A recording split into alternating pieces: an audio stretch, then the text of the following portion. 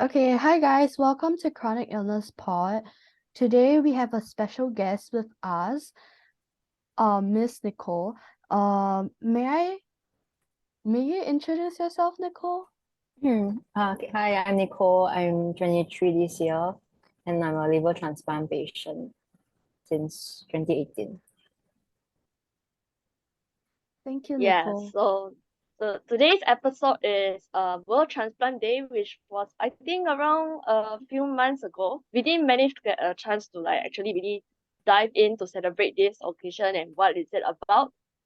So because we've been very busy with our personal schedule, so we decided to postpone this episode to a later date, which is today. So Yeah. yeah. Mhm.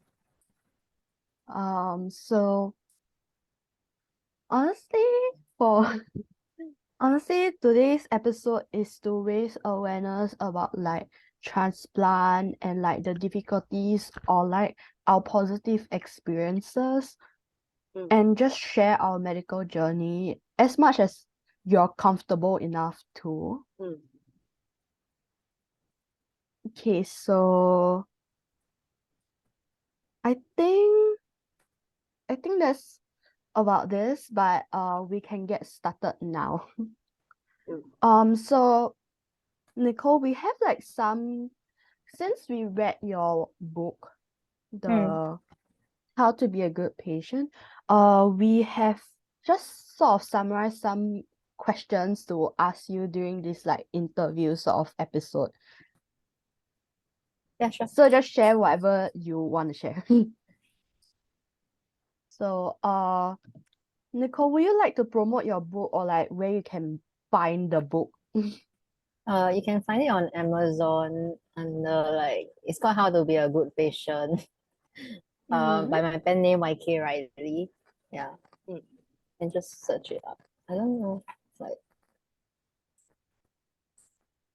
Okay. I don't Sure. have it on hand right now, but I can send you the link again afterwards. After the Okay. podcast. Yeah. All right.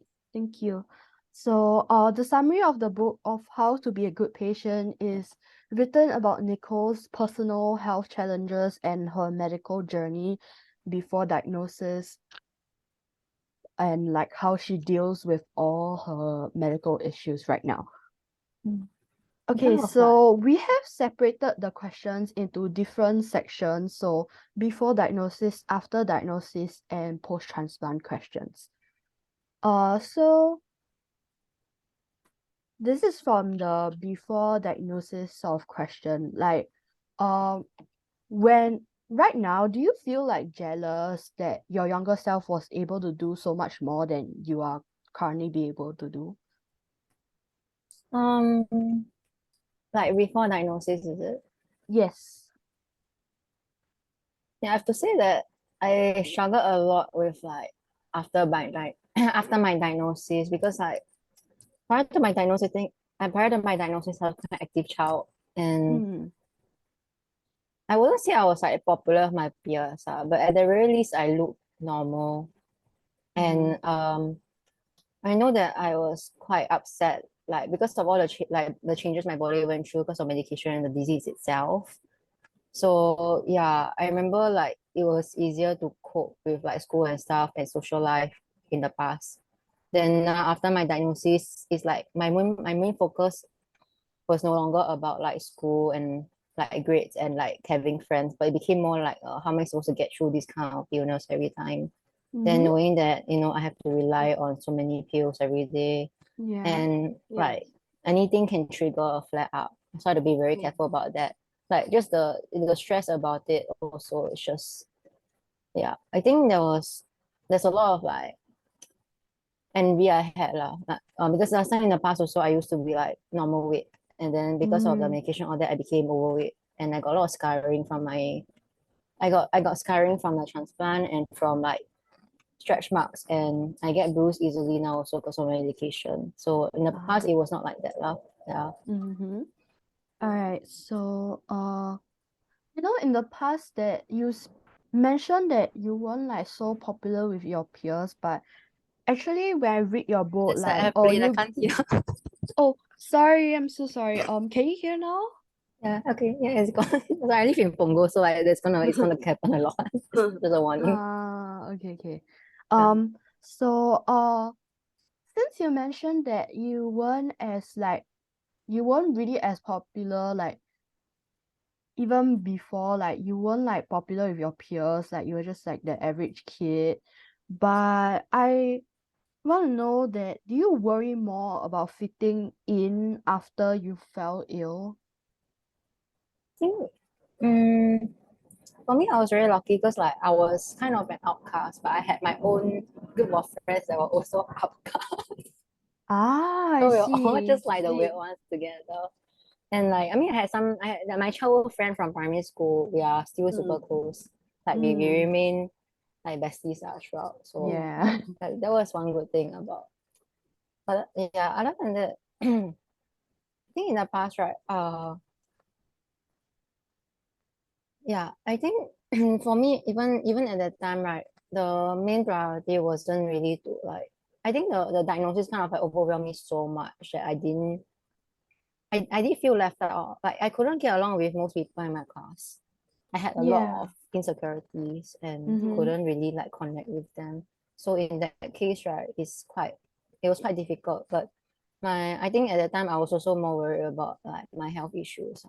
Ah, I see. Yeah. I think it's also quite a similar experience as me, because I had a really, really hard time fitting in because of my health issues and be able to connect with my other classmates as well, because they were just being their age and you were kind of forced to grow up a bit more Yeah, faster. you don't really understand what they are finding, you know. Yeah, me too.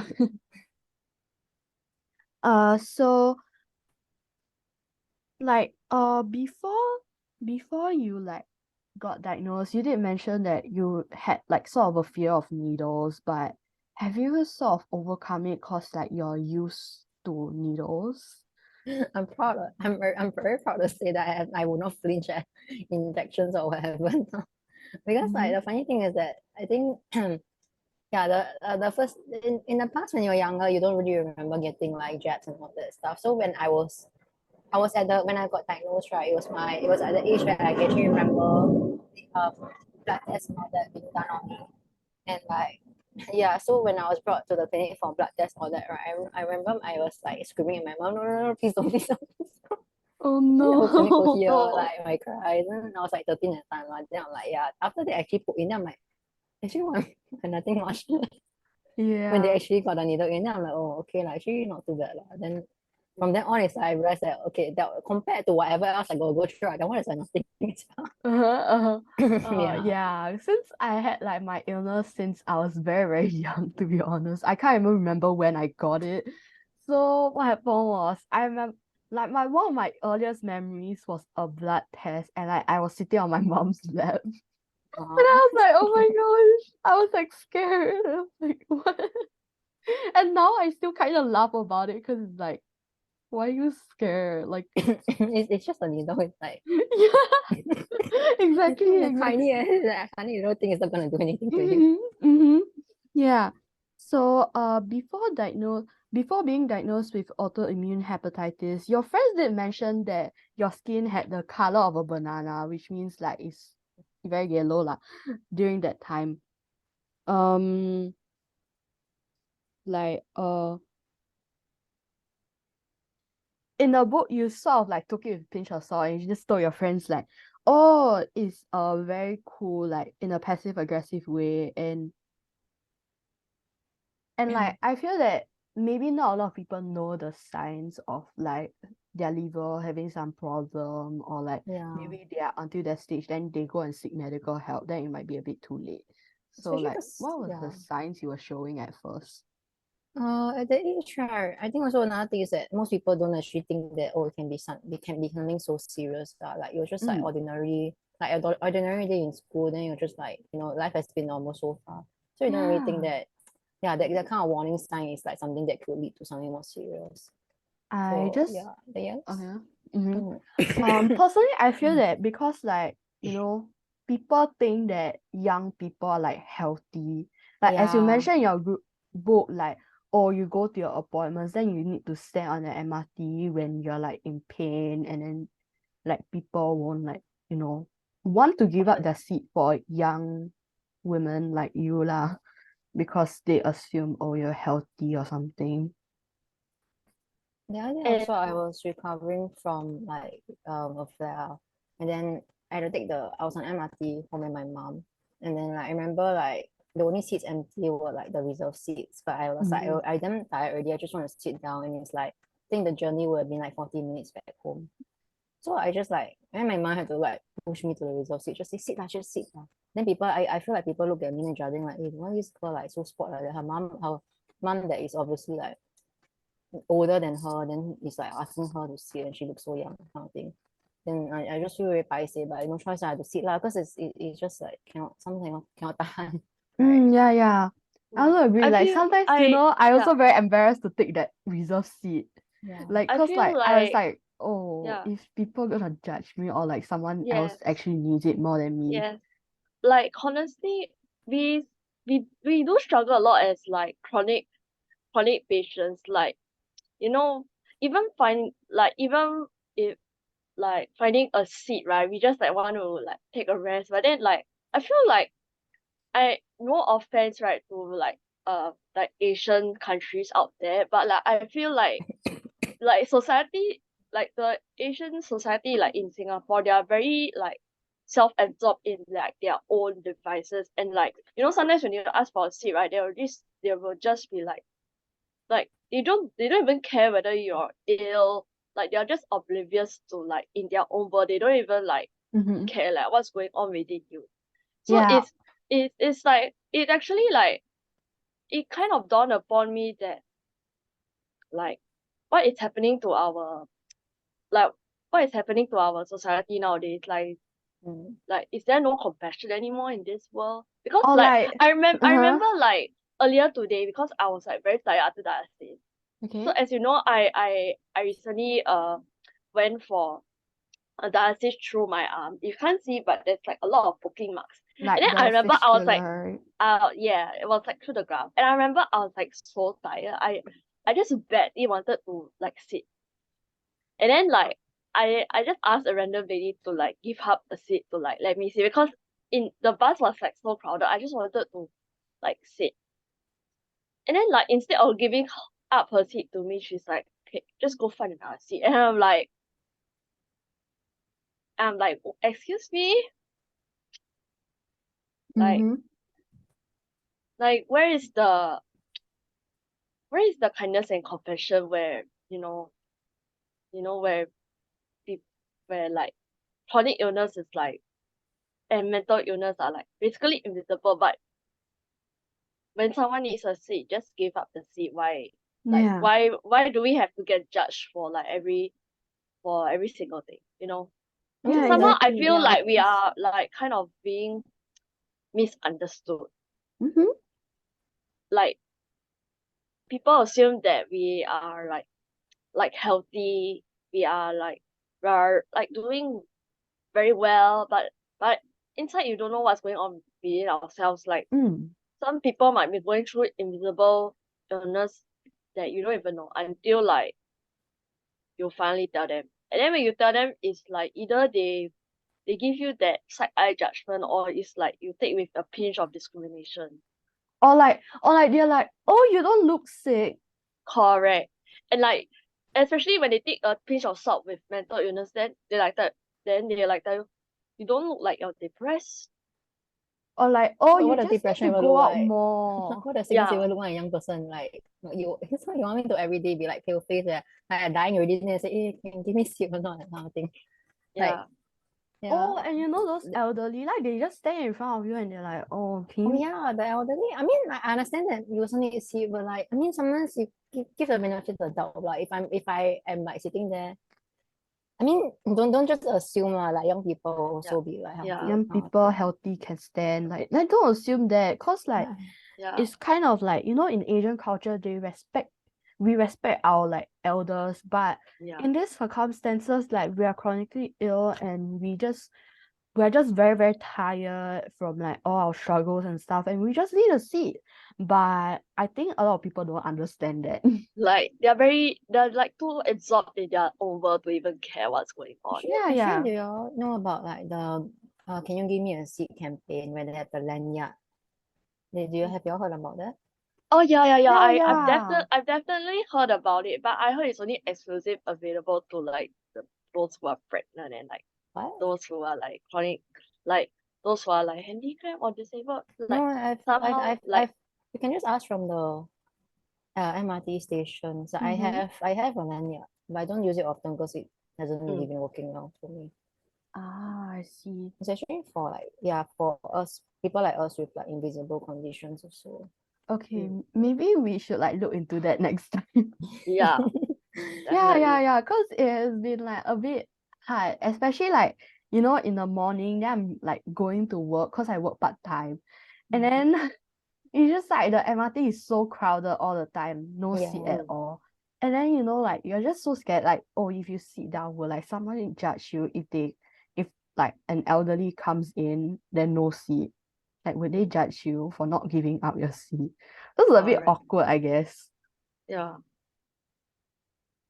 Okay, so moving, I think we will move on to like the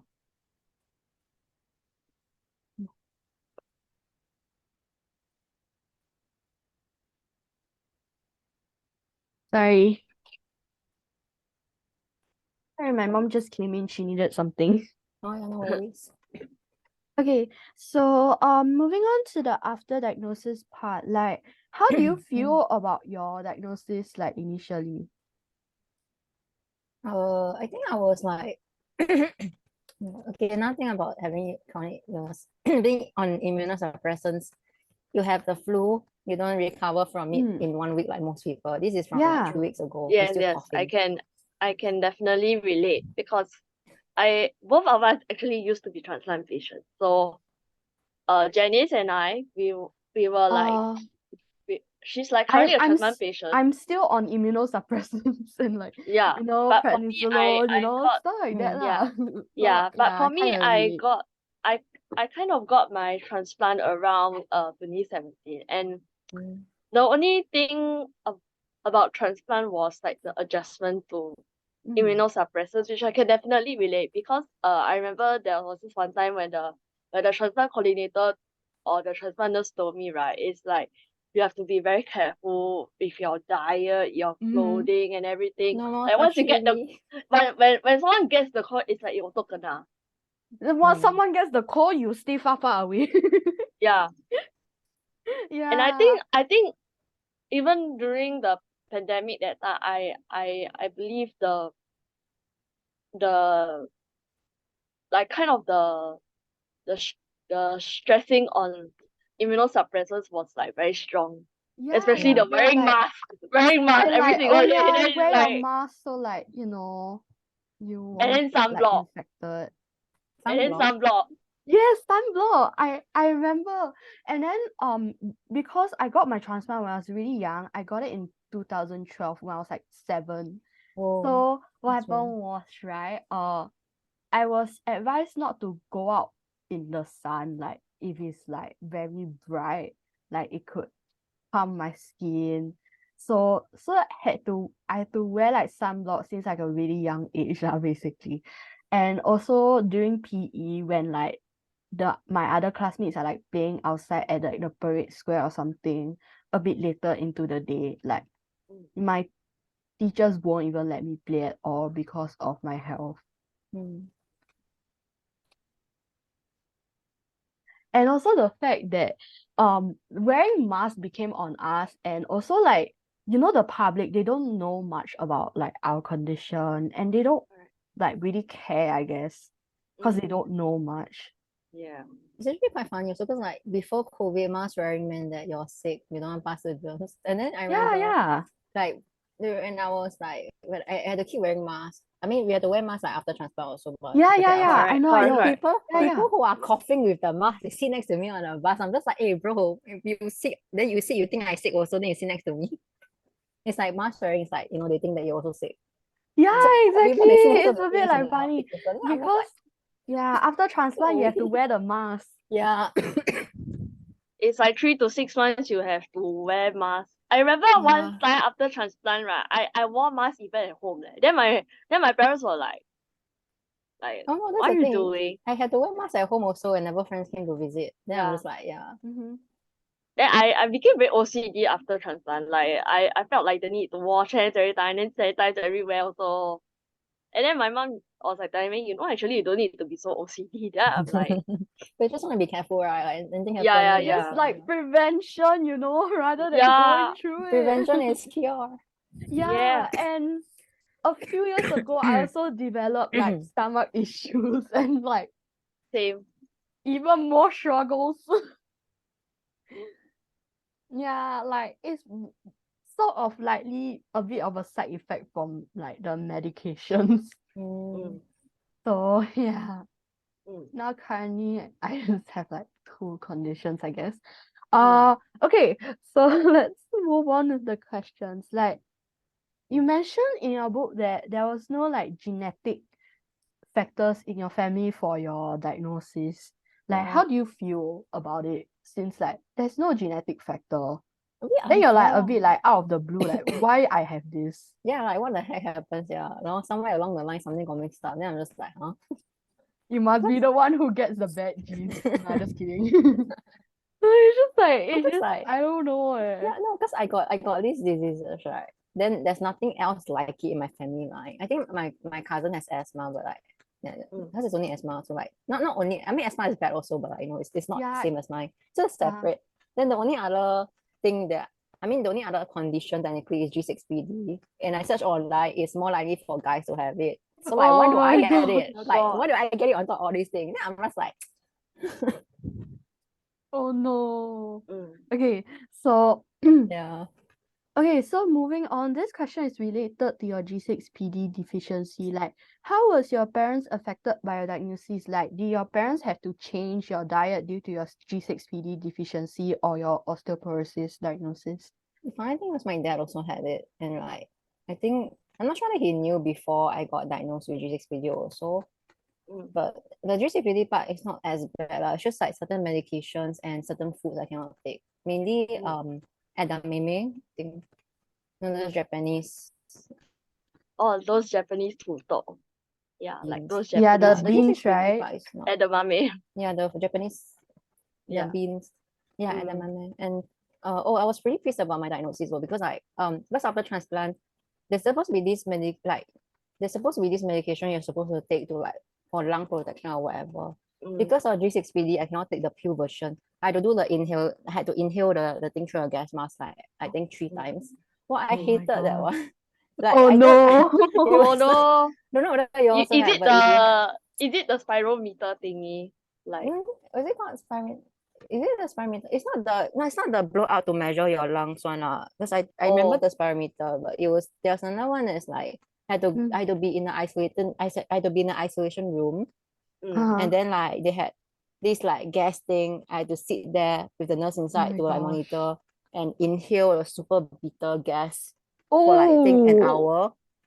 Ooh. Yeah, and then I'm oh, like But I'm but every like time at that every point of time, do you like get to like get like distracted from like your whatever you're doing? Like you just look on your phone, like just check like social media I or was play allowed some to games. I think I was allowed to use my phone. The problem was I could not concentrate on whatever else on my phone because the thing was so damn bitter. And Oh then a my few god. times, right, they don't monitor my heart rate, right? I think, and then yeah, every single on of I think I did 3 times, and every single time I did it, I remember I vomited towards the end. And then the nurse would be Oh like, okay, no. tahan, almost done, almost done, almost done. I think it's Oh like okay, no. 45 minutes, not an hour, lah. But yeah, it was torture. I see. Oh It's no, just that's because a of that bit. stupid G6 really thing. That's the only thing they caught because of that one. I cannot take the pill version. I asked the doctor, hey, doctor, really cannot. I cannot take it. This gas thing is CMI. Yeah. Then he's like, okay, if you take the pill version, right, all your red blood cells is gonna burst. No, I'm like, huh? Oh.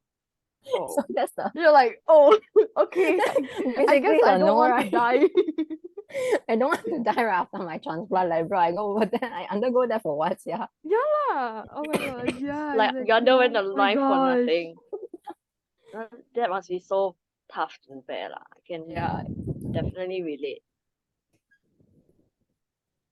Oh my gosh. That must be really hard for you. It's a funny story now, but at the time it was just Yeah.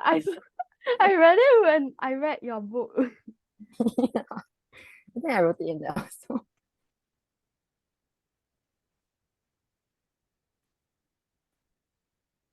Sorry, I just have like it's okay.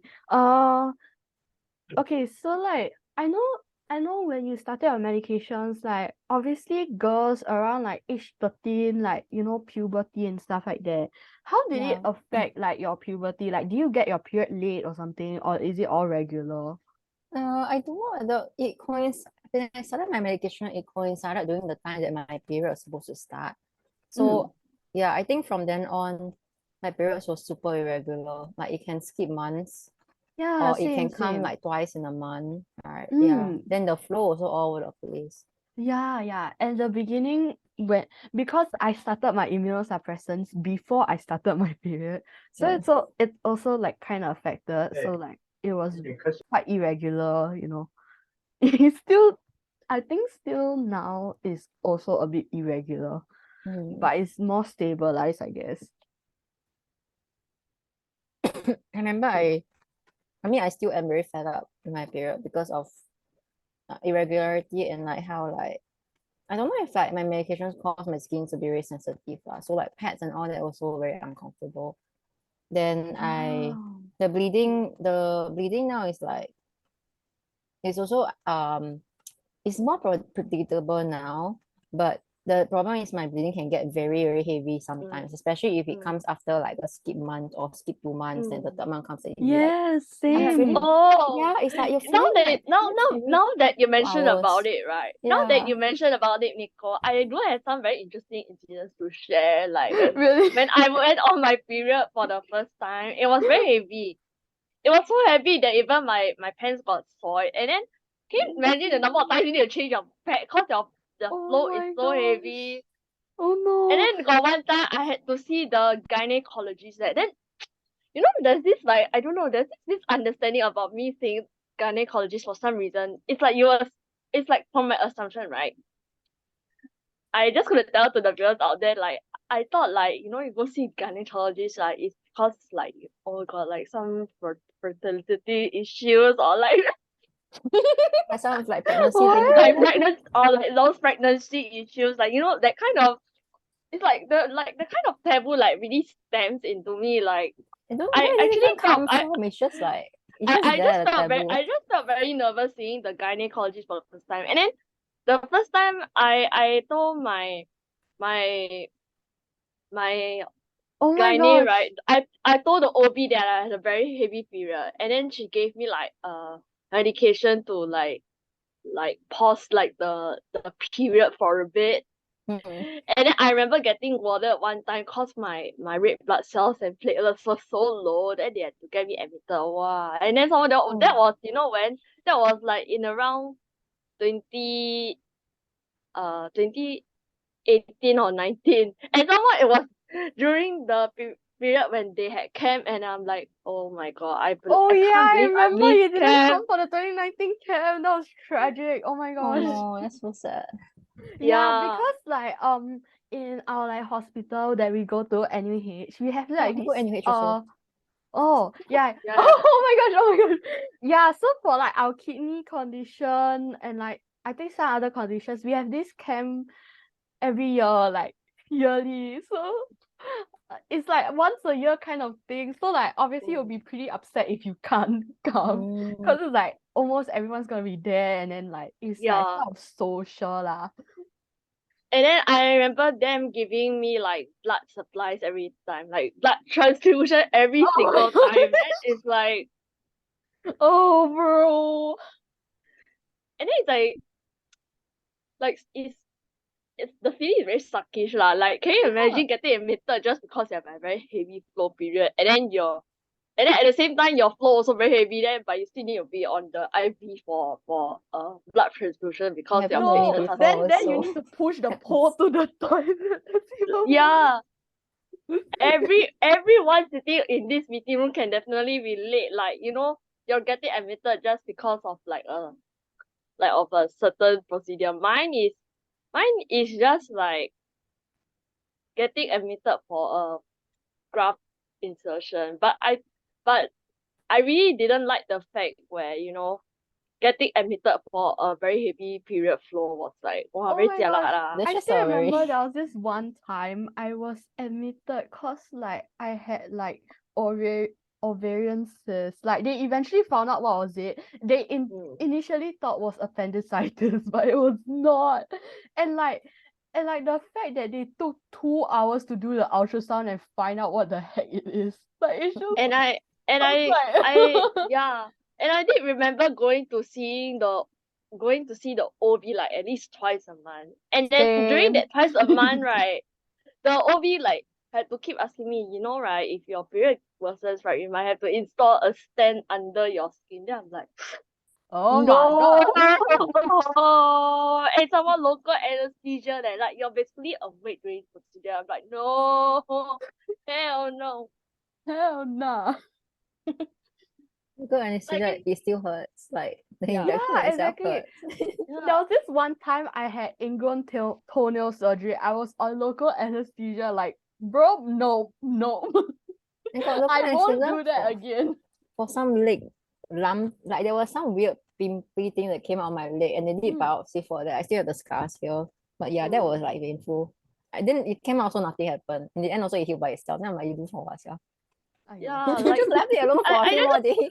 it's like I just somehow like I kind of find it weird, like, you know the especially the medical team, they're like say, okay, there's something inside your body, we might need to do a biopsy. Then end up when you go for the biopsy under the knife, right, then the doctor tell you, okay, there's nothing inside. Then I'm like, then why we are then why we go under the knife for nothing, yeah? Yeah, Like waste my exactly, time, bro. yeah. I could spend time sleeping and I go under the knife. And then you cut my, I don't know where, abdomen, my kidneys, what? That was so accurate. It's like we're not pissed. We're just feeling very bad for our bodies, cause But like like, it's just like one single discovery, and then you guys want to do biopsy, then end up you guys find nothing. I do remember one time I was in the ICU because my stools had blood. And then what happened was they had to do like a biopsy and an endoscopy at the same time. oh my gosh. And then end up they say, oh, we cannot find the cause for your stools having blood. Then I'm like, you just practically just wasted my time. Then I'm like, oh. Oh my gosh. And then I still remember. Oh my gosh, I think we just have a lot of these kind of stories, for some reason. So Yeah. Nicole, you're at the adult side already.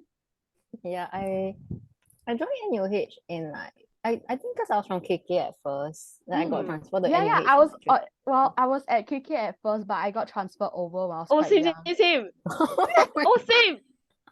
Hey, this is funny, like, okay, viewers, if you're listening to this, right, it's like, it's not like the 童年同日生 that kind of analogy. This is like the born in like the same hospital but transferred to the same hospital, that kind of. Oh my god, yeah. Me and some of like my chronically ill friends also for some reason. Because I also used to be from KKH. Same. And then because back then, right, KKH don't have any kidney specialist, so end up I cannot transfer to me NUH. too. So it's like, wow, what a Yay.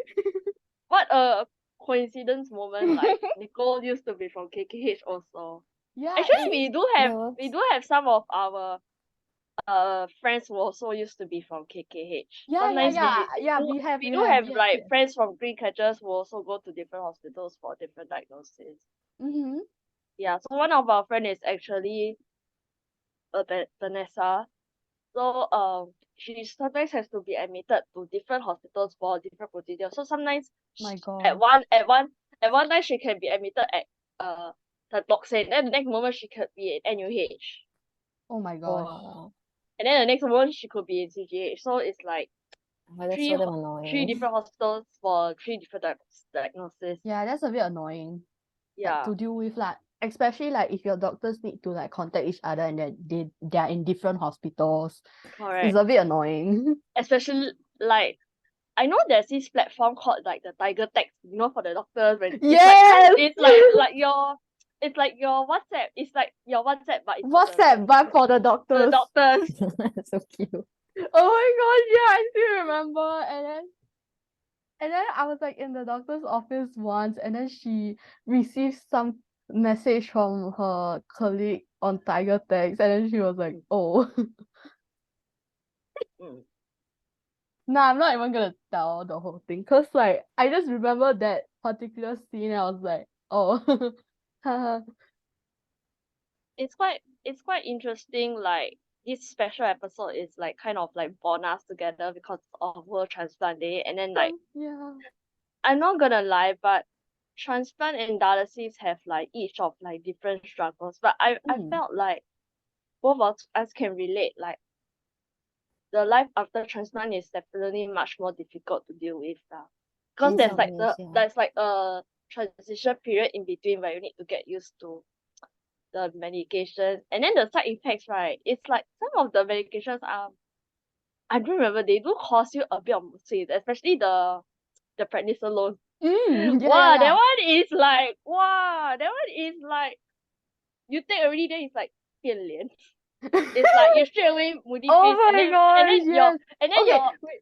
I have a and then your story parents about be like prednisolone. and then your parents be like wondering, are you okay? Nicole, can you actually like relate Can to you that? can you relate, Nicole? Because like I'm sure you have been on prednisolone before.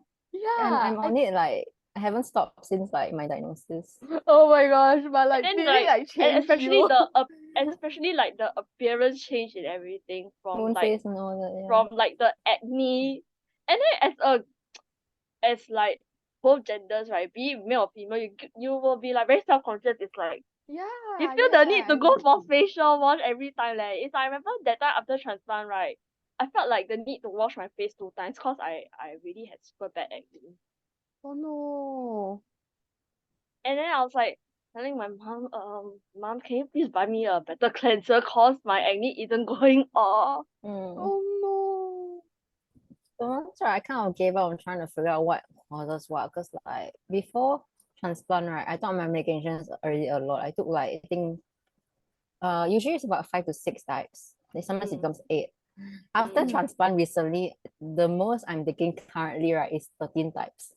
Yeah, I think me too. Like Then I'm Same, like, same, quite a bit same. of medication I to don't know, remember. like you tell me, I mean, like even my doctors also, I tell them I got this kind of side effect, or then they also don't know which one is causing what. Then you're like, how really, man? Then I'm like, yeah, I think it's a mixture or something. Then they give me more medication and got side effects. And I'm like, I don't want to read this. Oh my Don't give me more pills to solve the other pills stuff. The pills are causing a lot of, yeah. It's quite funny Oh. because like cause in our previous episode one, right, we did like talk about our struggles with as a Mhm. chronic illness patients, we have to like memorize our medication. I believe Nicole Oh, you also had to like do the I same remember thing, right? I remember what Mhm. my like one of my doctors used to ask me like what medications was I on and like my dosage. And I was like, No, but it and then like even during admission, right, sometimes when you're in the ward, right, then they will like come telling you, okay, so can you please tell me the medication that you're taking? I'm like, They oh ask you, they don't put ask it in me, my man. records, please. I think my medication, my work, you all go to Ward 7 because that's my main, that's my main ward. where? What NUH. 47? NUH with NUH 7B. Oh, I haven't been Oh, there before. I haven't been there okay. So before. Yeah, I yeah, don't think yeah. I've been there I before. think this is Yeah. the adult transplant ward. I'm always assigned there now after my transplant. Oh. So that's the only ward I go to. They all know me, then they'll be like, okay. Then they know my stuff already. Yeah, but then like you know the doctors they come to you and be like, oh, what medications are you on? And then you're like admitted and then you're unwell and you're not in the mood to answer. Let's just tell check the list. Yeah. Check the list. I feel like at this point we're yes. just dissing the doctors like I don't want to list I'll, everything when it's all there. yeah, Just go and check the I'll list. be Why like you ask me for I'll what? be like it's a good answer, like it's a very satisfying feedback. And then next time the doctor asks me, okay, so what medications are you taking? Just check the list. I No, lazy to answer. the thing is that right, when I go for like when I have to sign up for other stuff, right? For example, I just entering uni soon and I just did my health checkup the other day. So we have to fill in a form declaring what are your current conditions, right? Like The medicine list, right? They say, are you on any drugs? And then they have a tiny ass box here. Then I'm like, I can't feel shit. I just circle the thing. I go and write below. I write the entire the whole thing there. Oh Then my I just god. pass the doctor. Then he's like, doctor was just too stunned to speak. Oh my gosh. And then there was this once like okay, so my insert the doctors meme. Insert the meme. The woman was too stunned to speak. Yeah. no. My doctor was like asking me what are my medications, and then he was like writing down like the things, and I was like, why you keep asking me that every month? Yeah. Like this one, like I feel like they're like you're playing your song on repeat. It's like you're asking me the same question. Like it's so Exactly. redundant in that sense, you know, like just stop. Like why do you keep Yeah, and it's asking even me? It's worse so because redundant when like you actually have the medication in the list. Just refer to the freaking list there in the computer, damn it. oh my god, yes, exactly. And then because like my future dream is to like become a doctor, go to med school, you know, that kind of thing. And then they just start asking me like questions about my math. I was like, okay. Later. They ask you questions about your meds. Like you know, Yeah, my like for meds, real. like oh, Every what meds single are you time. on? Like they trying to like make me memorize all my medications name, and like you know it's a lot, and then you're like, bro, I don't even want to talk about it. You just don't want to think about it. No, even after transplant, they will still ask you to memorize the whole damn chunk of yes, meds. yes, exactly. But now, right? And then 'cause they will tell I you like, changed okay, doctors so like what a are few the months side ago. effects, and then what is it for? Then I'm like, Okay, side don't effects I need wouldn't to. bother remembering. I'm just like, Wait, okay, can I just tell I you will Google something? when I want to. Yeah, exactly. And then you know, a few months ago, I actually sort of had like a personal growth. Like, I just revealed to like my doctors that like I have some like mental health struggle and stuff like that. So, I recently changed doctors like a couple of months ago. I think about no, it's not even a couple of months ago. It's like about 1 year ago, I guess. So like quite recent, but now my doctor doesn't make me do that. She's like, is this correct? Like she just showed me the screen. I was like, yes. You know, like you're so happy because like they just show you the screen and be like, nah, is this all correct? Yeah. 10 liao. It's like the shortcut. Yes, exactly. And then like they just show you the screen and then you just confirm on it. Then you don't need to say out all the medications. Correct. Yeah, I know, right? I think one thing knows who my current doctor is, and like I really thank her for this. I was like, thank you. I know, it's Dr. Celeste. Ish! Don't doctor online that. Shut up! You're gonna have to delete this part. Like, you know, like we're just talking about Censor the name. Confidential information. Oh my Okay. gosh, you know what's even worse? My doctor actually knows about this podcast. Aww. So yeah. Oi! My gosh, one thing, don't. Okay, I'm sorry. Pardon me. Don't let my Actually, I just remember a fact that's kind of like it's kind of like weird because like okay, so like after transplant, like you all say it's not all smooth and dandy, right? I have to my liver has some my transplant the connection between my transplanted liver and my body, like the bile duct, there's a lot of strictures there. There's a lot of strictures there. So I had to undergo ARCP every like 8 to 10 weeks around there. So that means I'm back in hospital around that roughly. it's the Oh, point where like, I don't even see my doctors in the clinic that often. I see them in the hospital instead. It's like wherever. You're like, oh hey, I'm back again. Oh my god, I'm back again. It's like okay, my the liver transplant team it's a team of like 5 doctors, I guess. I don't see them all of the time, so they're always rotating. But it's funny because like I never really see them in the clinic. I just see You them just see that at the in the hospital, like, oh hey, it's like you. in the ward. It's In like the come and go, that kind of thing. Oh Yeah. my gosh. I don't even, yeah. But like, was your recent admission okay? Yeah, it's been okay lah. It's just routine. Like Yeah, I they also had to change recently got my stance. admitted like a few weeks ago. Oh, it Yeah, sucks. cause like issues, you know. I was still there, like I was like, oh, whatever. Yeah. Like I'm so done with it. Mm. Then the nurses, I guess like I'm always in the same ward. I think I've stayed in the beds.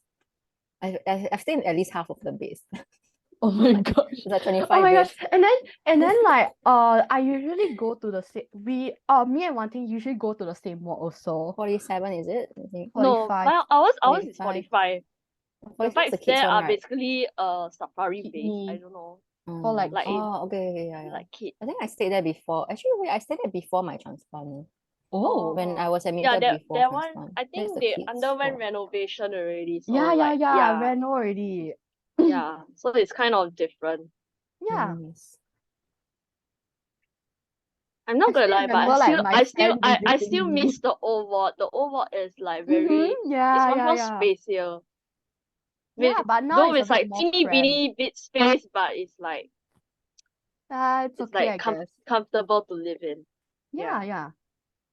Okay, Yeah, let's move so on to the it's next just a bit question. like we're just like talking about the war and like stuff like Mm, that. I think it is mm, quite like mm, a bonding experience for And the like funny, the mm. funny part is that I oh, always bring luggage to the hospital. Then people always oh ask me, "You going on holiday? Is it?" I'm like, "Yeah, yeah." And then they're like, "Oh, where you going?" I'm like, I can't tell you, Enjoy. But Yes, definitely. yeah.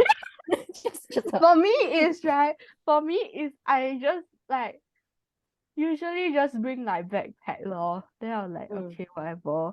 Uh okay, that was like this few times during like camp I brought a suitcase. So imagine right, because before we get go off for like camp, we had like some like health checkups that needed to be done. Like we need to do AFT, like they need to take our blood pressure, like our temperature, whatever kind of weight, whatever. Like they just needed to know like we're well lah enough to go for the camp. And like what happened was, imagine because I was like one of the buddies last year. So I had to like report there very, very early, like 7 in the morning. And like they used the clinic, the kids clinic as the venue for the checkup. So imagine you 7 in the morning dragging a luggage through the hospital.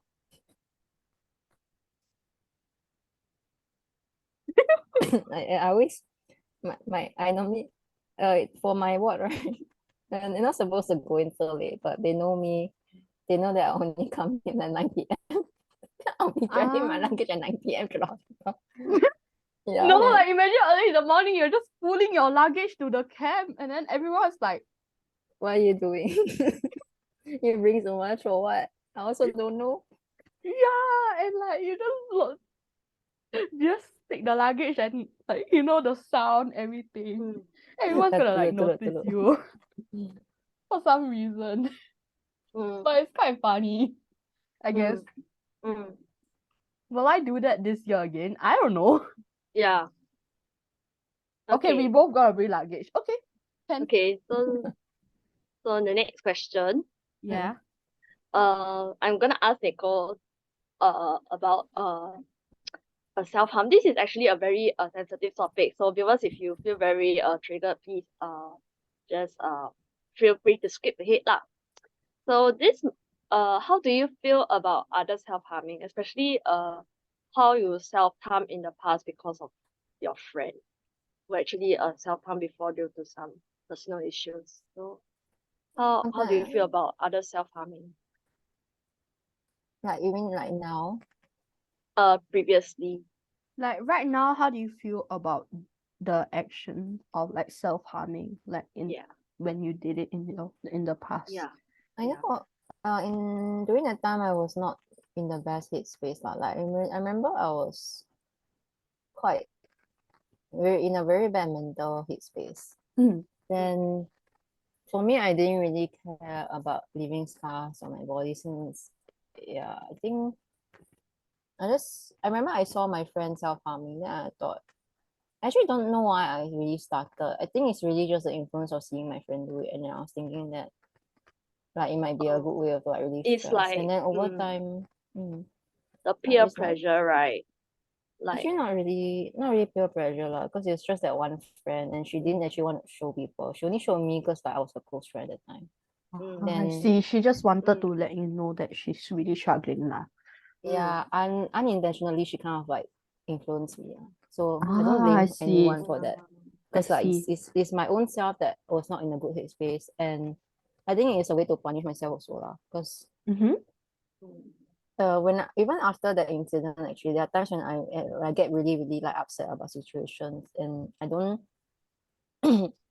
like the only way to like the only way I knew how to like expand my emotions during that time was like to turn the harm on myself. So I like I would like see. hurt my skin, dig my nails into my skin, that kind of thing. Yeah, But or yeah, the like most I'll just drastic one pluck out was my nails or something. mm, Like cause I'm also a pianist, so like when like musicians you need to fix your nail very quickly, you just kind of just pluck it like this. oh And like I just have a really bad habit of doing that right now. Like currently I still do it up till now, even though it's been like quite a few years since I started piano. I I remember there was this one year I had like a really strict teacher, and then she was like really strict about like my fingernail length, whatever kind of thing. So I just started plucking my nails before lesson. I just kind of where it started. oh But like, I still find it a bit hard to stop, I guess. yeah, it's a habit But now, right? for like it's sort of like a self-soothing sort of tool, I guess, for me personally. And also like I wanna ask like a personal question, like if you don't mind answering this, like do you like seek help for like your mental health, like or like do you tell your doctors about what's happening? Truthfully, I haven't really told my doctors what I feel mentally, because I don't know why, but I feel like whenever I go hospital, right, I feel the need to like put on a mask, mask my Yeah, yeah, same. it's very I hard can to relate. alright. Yeah, Especially I yeah. feel doctors that like, you've seen for years, then it's like yeah, they really see you like they mm. always say that, oh, you're so strong, you know your stuff, kind of thing. Then it's like it feels like I don't know. I It just feels don't feel like like the responsibility is so heavy. Yeah, yeah, and like you I don't don't want to want let them to down or yeah, in Yeah. something. a way. I'll Yeah, be I agree like also. But eventually I was really at that breaking point where I was probably going to like leave the world.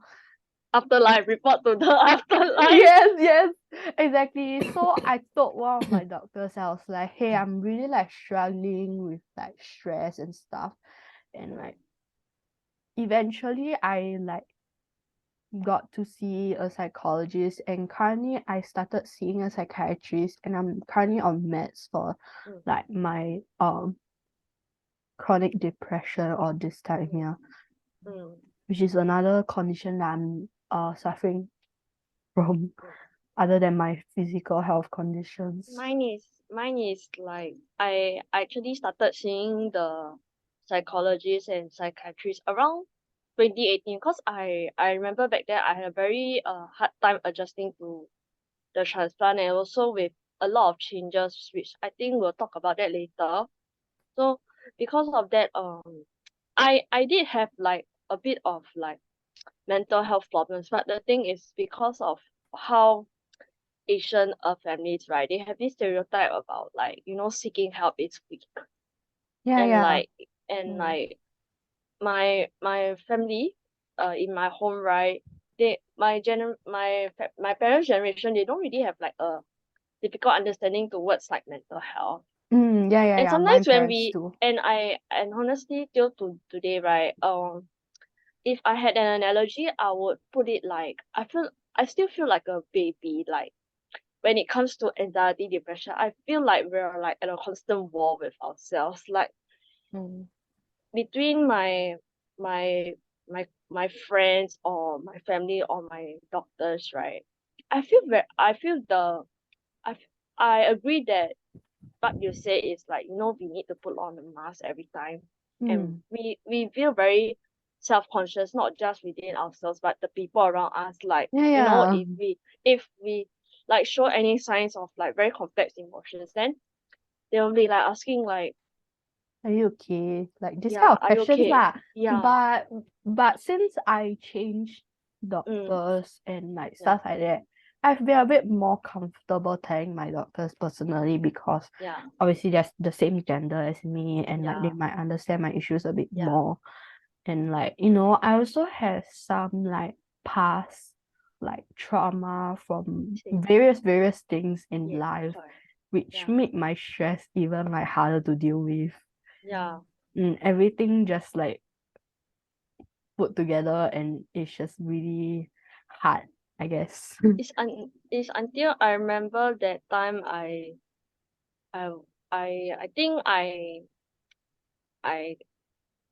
I harmed myself. I can't remember the number of times I actually harmed myself after the transplant. Mm, And like also the unhealthy habits of like binge drinking and like binge yeah. eating as a sort of a coping method, you know, just kind of to numb the pain Mm-hmm. and stuff.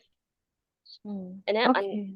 until like my parents discovered like I started to harm myself and until then after that they truly like started to let me seek help lah. Because at in the first place they actually didn't even think of like seeking mental help is important. Like, you know, like previously when I said, oh, I have a psychologist and or a psychiatrist health appointment to go to, then they say, oh, that one not important lah, don't need to go lah. And then that I Yeah. think that was like kind of the key factor that that pushed me to like not wanting to seek help even further.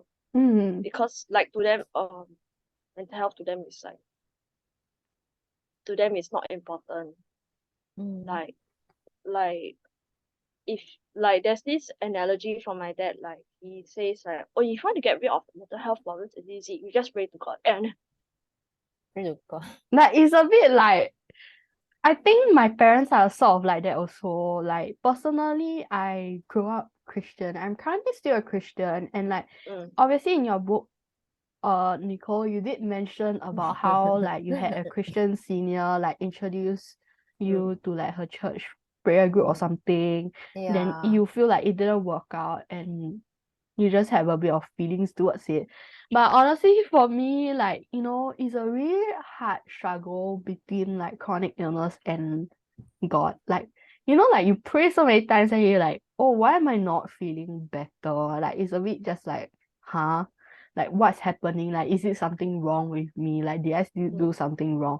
Like, this kind of doubts just mm, appear and then you're like feeling very down about mm, yourself because of it. mm, But yeah, obviously, cause like, you know, my parents, they're Christian and then they every time when I'm sick, then they just want to pray for me. Like they don't even want to like bother seeking like help. mm, Like it's a bit hard, I guess. But that's my personal experience. mm, Actually, I have seen like counselors before, like I think the one time I did, I can't remember how it went, but like I got referred once to like the psychiatric counselor. I guess she's a counselor, Counselor. but Okay. yeah, Uh-huh. NUH, but I like it got didn't go. referred to. It didn't go like. I mean, I didn't really like manage to say much because Mm. I don't know. I just didn't say that much, and then I went mm. for art therapy for a while also, but I didn't Oh, feel same. like I did that much also. Mm, Then after I tried online, not online, I tried like Mindcare, I think it's called. It's free government-based counseling where you go to like nearby CC to like see a counselor. And I did that for like I think oh my god. I did that like I think like about a year. It was last year around there. Like every Uh-huh. month I'll go and see him then or like do online Zoom call with mm, him. But yeah, I don't feel like because I don't know whether it's because like mine was mostly like talking things out and not like getting diagnosed or whatever. Because mm, I'm actually still not very sure like if I got undiagnosed anxiety or something like that. mm, Because I'm afraid to bring up also because like I don't want to. I mean the other time also I was telling one of my doctors that I cannot I need I cannot really because I was asking me what kind of symptoms I have like they should mm, check up on me that kind of thing. I mentioned like insomnia was one of that. I was blaming it on my medication. Then I remember she was like kind of surprised.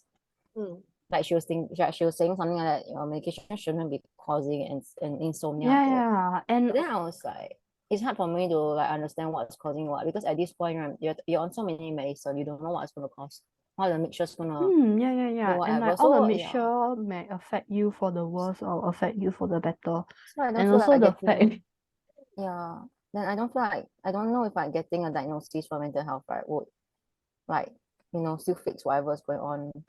Like is it really okay. is it like should I get a diagnosis, like would whatever side effects, would my anxiety or whatever, like is it being caused by medication mixing my hormones or whatever, or is it actually a actual mental disorder?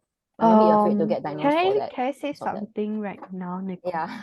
So like a few months ago, I started seeing a psychiatrist, like very, very recently in like May, like last month only. The reason why is because my doctor is actually like not my permanent doctor. Like she's from another hospital, like doing her fellowship in NUH. So she was like, I wanna like hope that you get a bit better before like I leave.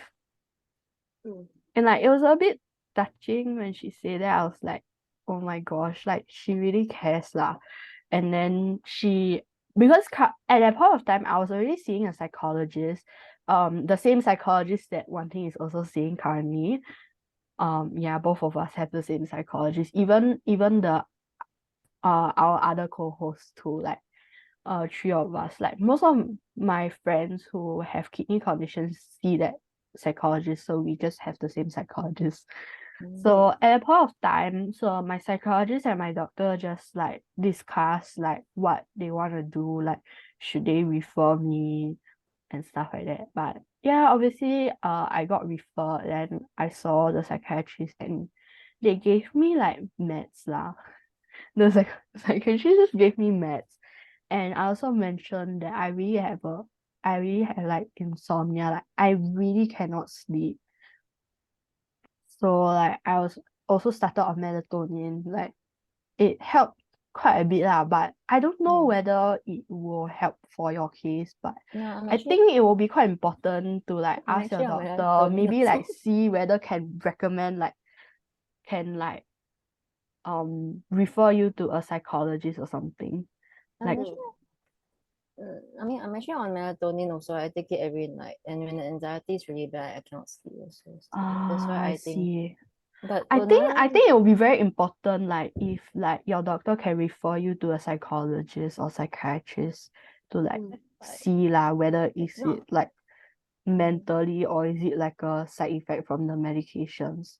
It's not covered and by like how to insurance, manage I it. don't think. No, sorry, a big factor of why I also don't want to go into this, because I don't think it's covered by insurance. I remember art therapy even and the other counseling thing cost quite a bit of money. It wasn't Quite on a your bomb. insurance. I see. Okay. Currently I don't know lah. Maybe you can like search out maybe some government like plan, like see how they can help you, or like you can ask your doctors like, oh, how can I help you in this case?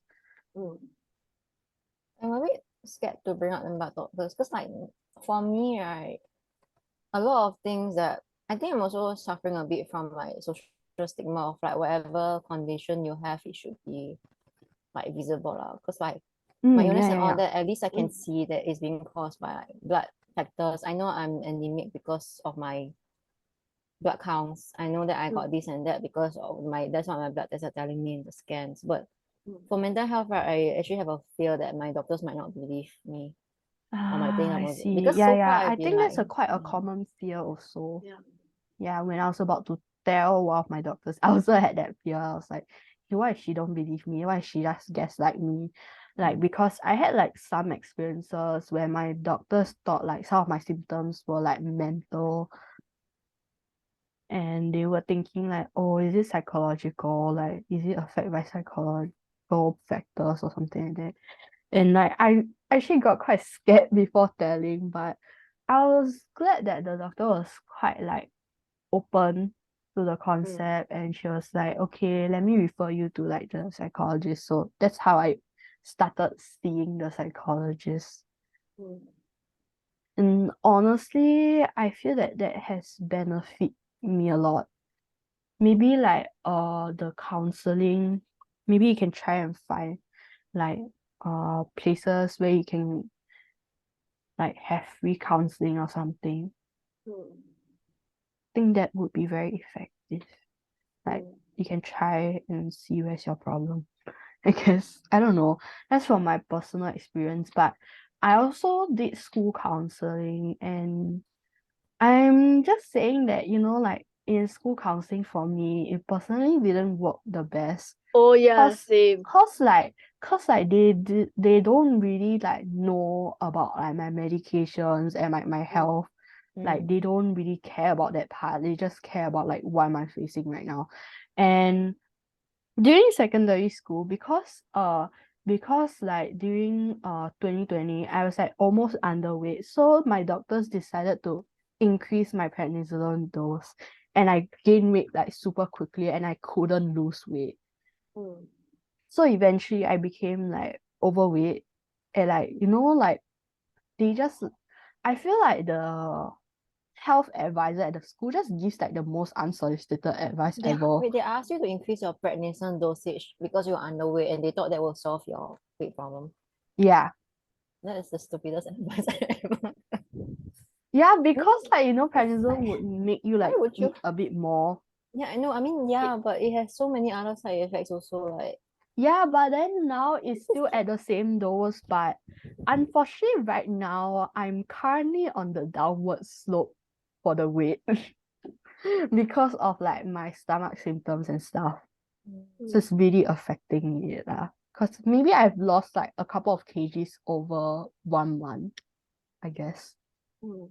throughout my admission and the appointment, It's just a lot. Mm. But okay, let's like see the questions.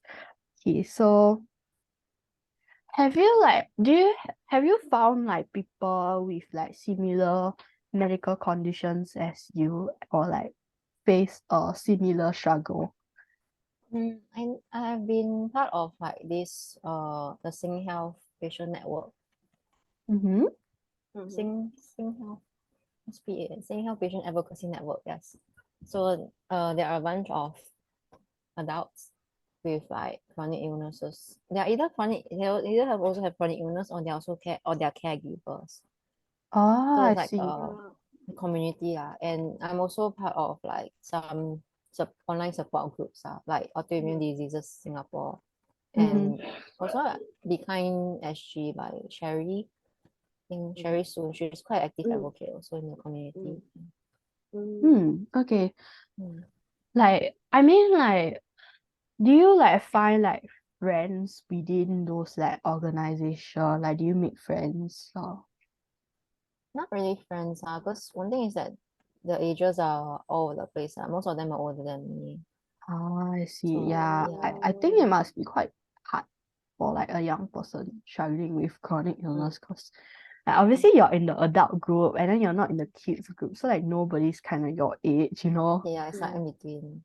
It's a bit weird, but me and Martin are still currently in the kids group, so we're kind of like the older ones, I guess. Yeah. I don't know, it feels a bit weird. Mm. But let's like sort of move on to like the post transplant part. Like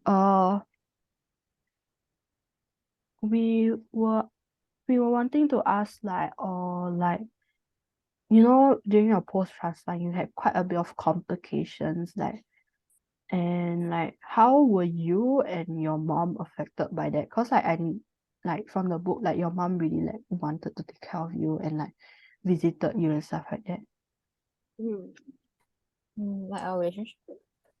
Like did your relationship get affected, or is it like get better or get worse, or is it like just the same? Actually, when I was very young, our relationship was not saying bad, but kind of distant because both my parents work, like they work full time, and like used to be taken care of by a helper, and after that I was like used to call it a latchkey kid, come home get my own lunch and study Same. by myself. Yeah. Then I think it was after my diagnosis, now which like she got more closer, she started to like, pay attention to me more. And then especially after my transplant, we were quite like we got super like close. Because that's when she actually started to like, I mean, even throughout my my preteen years, right, she'll be there to like bring me. Sometimes when she can, she'll take off to bring me to doctor appointments, or she'll, I mean, visit me in hospital kind of thing. Then, especially after the transplant, we still had a lot of health scares. So yeah, there was times when like I almost had to retransplant. I think that was when my doctors made me see the psychiatrist, see the counselor. I still don't know what he was, the counselor, to check whether I'm like emotionally ready for like, yeah. And then I remember that she's quite alcoholic also. Yeah, during that time after transplant, I had stuff like my artery was collapsing, and then after that I had a lot of infections back and forth out of hospital, and she will always be there to like visit like, even though she was busy. I think I was actually, yeah, she, even though she'll actually bring her work to the hospital, like even when But she'll still be there lah. she'll still be there Yeah. physically, she's there, then her laptop will be beside her, she's working there. And I'll be like, Mommy, you can give me water. Then she had to put down everything, then go get water. Yeah, that kind of thing.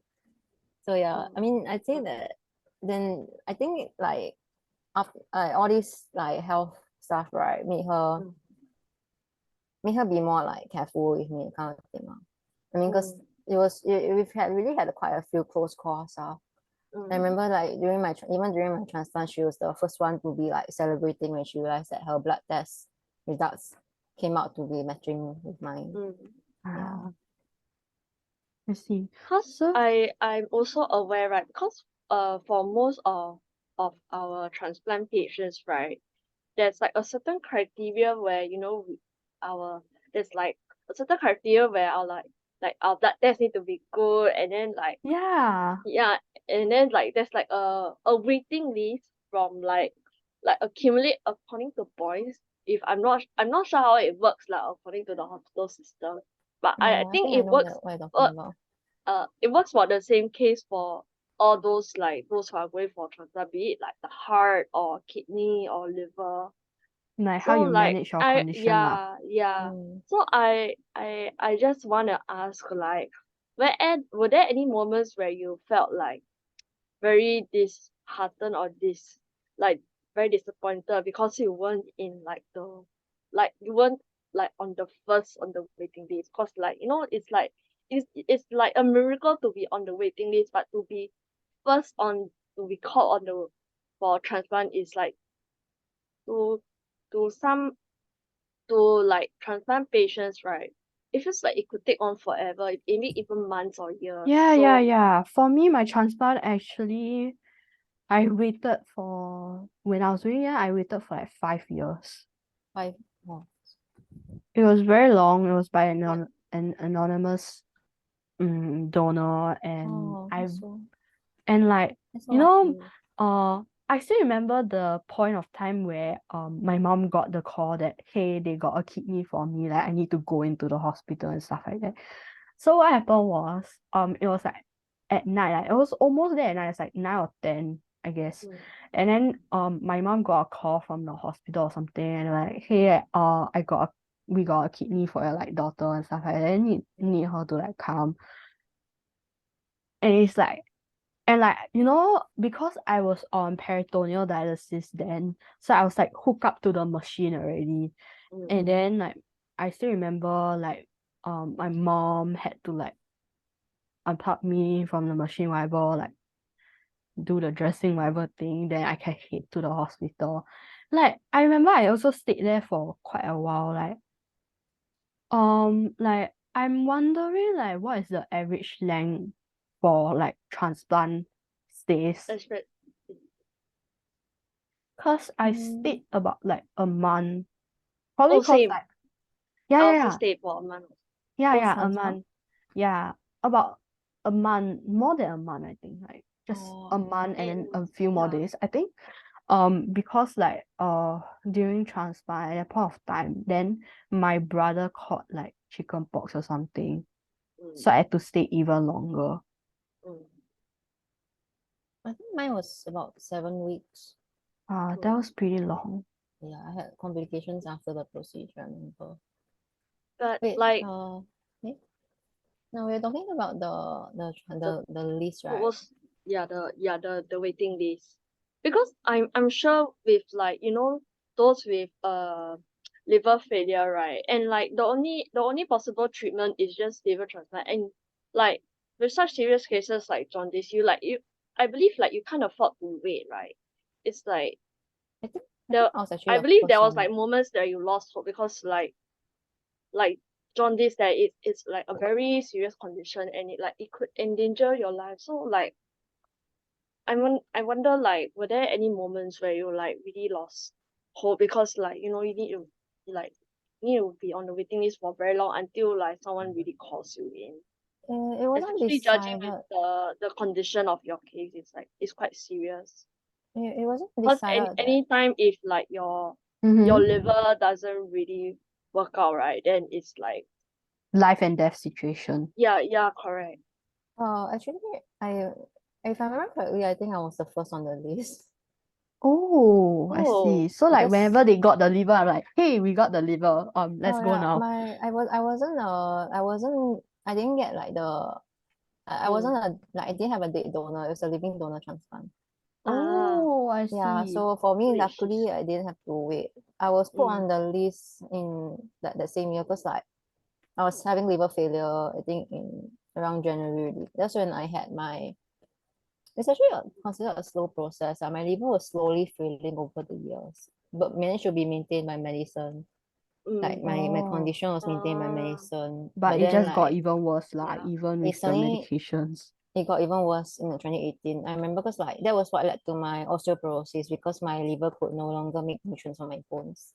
And on top of that, I was taking prednisone every day, so that affected badly. And I remember my bones became so weak that the point that made the doctors want to call for transplant was when I woke up from bed with a hairline fracture in my spine. Oh no. Like fracture in my spine where it came out. I don't even know how, but yeah, apparently Yeah, that. like I that's was very like, bad. Cause like, how do you even fracture your spine? yeah, I just woke up. That's all. But I sat out of bed and I got off the bed Aiyo. and then there was pain in my leg. And I'm like, and then I went for like a lot of scans and stuff and then realized, CT scan. okay, they found it in the spine. I'm like, okay. Oh, that one Oh is my like the god. worst Yeah, place I was. to have like an operation on it. Then it's like Oh no, I Worse. didn't did the operation on the spine because it's a fracture, so they just let it heal. But Ah, that was right when the doctor started to discuss, okay, we probably need a transplant like very, very soon. because like it's also affecting your bones. Like, Yeah. oh Then, no. like oh my god, okay, I must say, right, this is the first time I went outside and people actually gave up the seats for me. How ironic. Really? How Oh, very because you like like ironic. had wow. mobility I had aid a or crutch. something. Yeah, my friend gave me one of her crutches and I was using it. Oh. Like, and then people will be like, oh my god, then they rush to give up their seat for me because the poor girl on the crutches. Then I'm like, thanks. Thanks, I guess. Thanks. Like Yay. thanks. When my face was bloated and yellow, you didn't give a rat's ass about Yeah. me needing a It's like seat. only when you are you already like injured Very or sick like when you're already. Then sick, they then give oh up okay, the I let seat. you sit down. Otherwise they'll be like, Yeah, oh you're doing okay. That assumption ding Yeah. yeah, dong. exactly. Then funny. Yeah. But yeah, It's anyways, kind that of a weird yeah. way that people like kind of analyze chronic illness patients. I think Yeah, I so. remember I insisted on going to school still because like I was a very Yeah. stubborn kid. I think it was my first It's time same. starting in Like poly. you The second, I mean, same restarting in same same poly. same. Yeah, because I Same. just Like changed my it's like course. you don't want to miss out anything, right? Like Yeah, then I like was like, I'm like, oh your my god, I module. can do this. I will do this. But then like, wow, it's like quite jialat lah. Because like when I went to school, struggling every day to make it back It's home. funny because there was there's this every incident where you know where you get admitted, right? Then the first thing you only think of, oh, it's not your help anymore. It's like okay, schoolwork comes first, and you like, it's funny because I remember one time I got admitted like just after transplant only, and it was just for an IBIG, and it's quite funny because I also had a lecture back then, so what I did in the hospital is like I just study in the hospital. Oh And my then the gosh. doctor already Yeah. a doctor already tell me to rest. Then I'm like, screw that lah. I'm just gonna study lah. Walao, whatever. Oh my gosh. People And will then be I like, still "Are you in remember, hospital? Just right? say MC lah." Then I'm like, I don't want. Yeah I fall lor. behind Yeah, the Like toilet. I like the very it's like the very kiasu kind. It's like you don't I want to actually leave have out. a story about like studying in the hospital while in the ward. I actually have a Mm. story time. So basically Mm. last year was like my O-level year. And then Mm. like I was like admitted somewhere. By the way, she's retaking it again. Our co-host is retaking her Yeah. O-levels this year. And like I was admitted because like I had like a virus.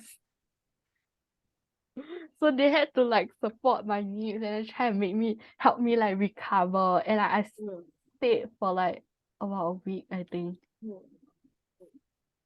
And what happened was like that virus is so common, but like it's not like people would have serious complications with it. But like I But literally had because you got it, you had non-stop to. diarrhea and it was just Oh. terrible. And like, because that period of time it was like O-level exams, like official exams. Yeah. Like, It was so bad that I still remember just like during this like random Thursday, I actually have like an appointment coincidentally. So what happened was my mom texted the nurse and then it was like, oh yeah, Janice is not like feeling well, her stomach is like acting weird, like whatever. And oh my gosh, what happened was like during that day I literally had like a actual O-level exam to actually. oh, you did tell me, right? You remember that like invigilation room was in like the playscape. Playscape is like No, the in no, or no. cabin Wait, kind. not that part yet. Not that part yet. It's Not there? later part. So Okay. during this part I had my chemistry exam if I'm not wrong. Oh. And then like my mom had to call the school. My mom was like, oh, my daughter's like not feeling well, blah blah blah. Like how do we arrange for her to take the exam? So in the end I had to sit in like a different classroom than like my other classmates that are sitting in the hall. So I felt a bit like I don't know lah. But at that point of time I was like super tired already cause like I was really in pain, but I 硬要做那个 exam. My parents also 硬要我做 so I bo pian, so I just do lor.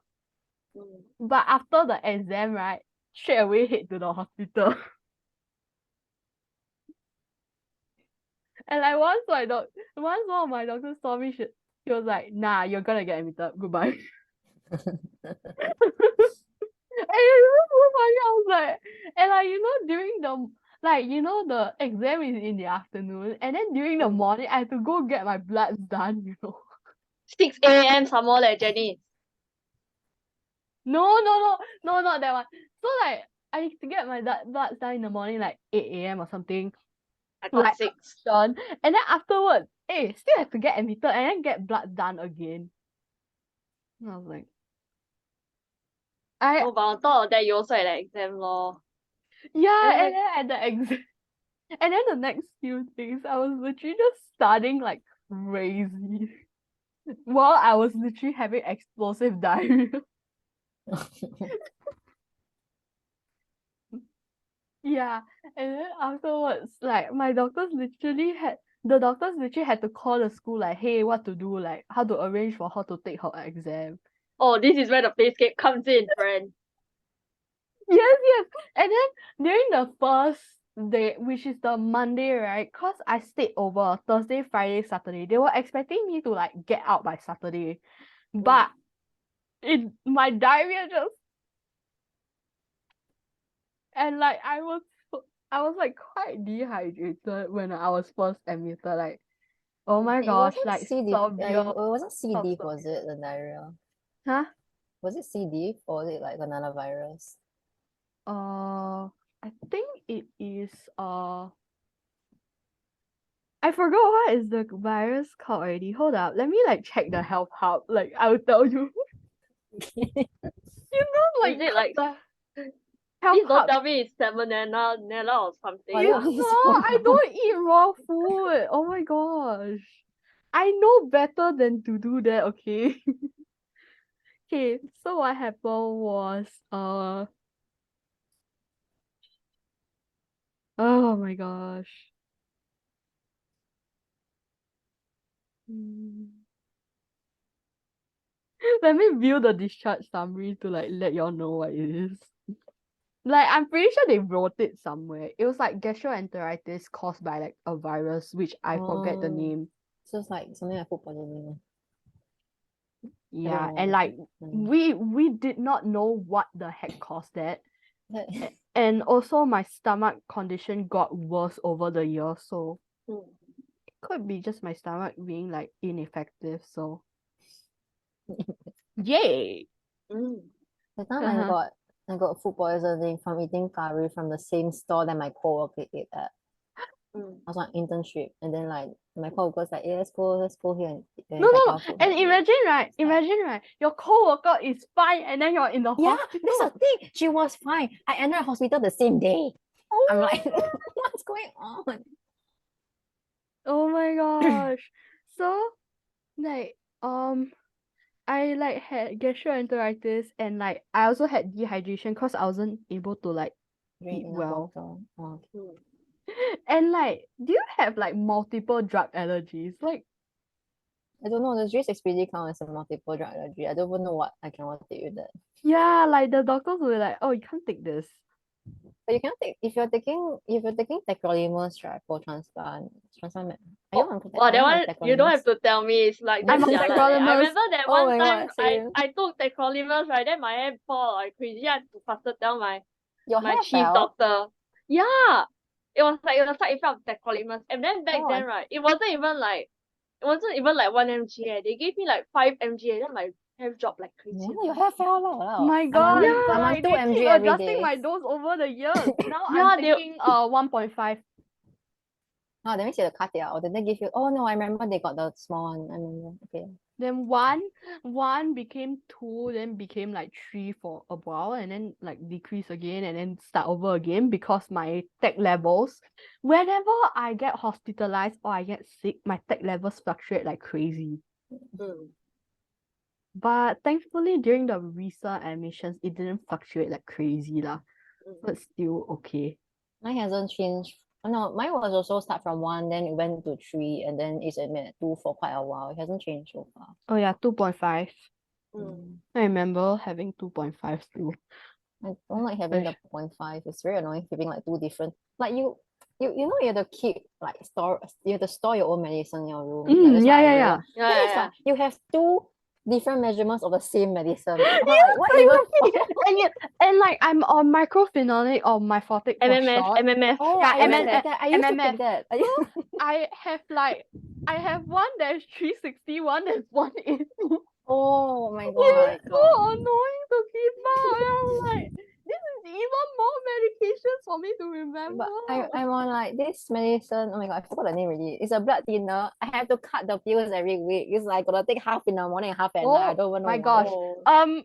I'm also on this like cholesterol medications because I started having cholesterol problems. Is it No, I cholesterol? started having problems with like my gallstones like when I was like Oh. 10, like pretty Mm. young. Like it's probably a complication from like Mm. dialysis and then like the water, like Mm. And that's another thing everything people just don't there lah. understand. When you have this kind of condition, they're going to cause other conditions. You know how many times I've had ear infections already for the past few years? Yeah, and then what Stupid. happened was right, that caused my cholesterol to just like, be like, okay, freak you, I don't care.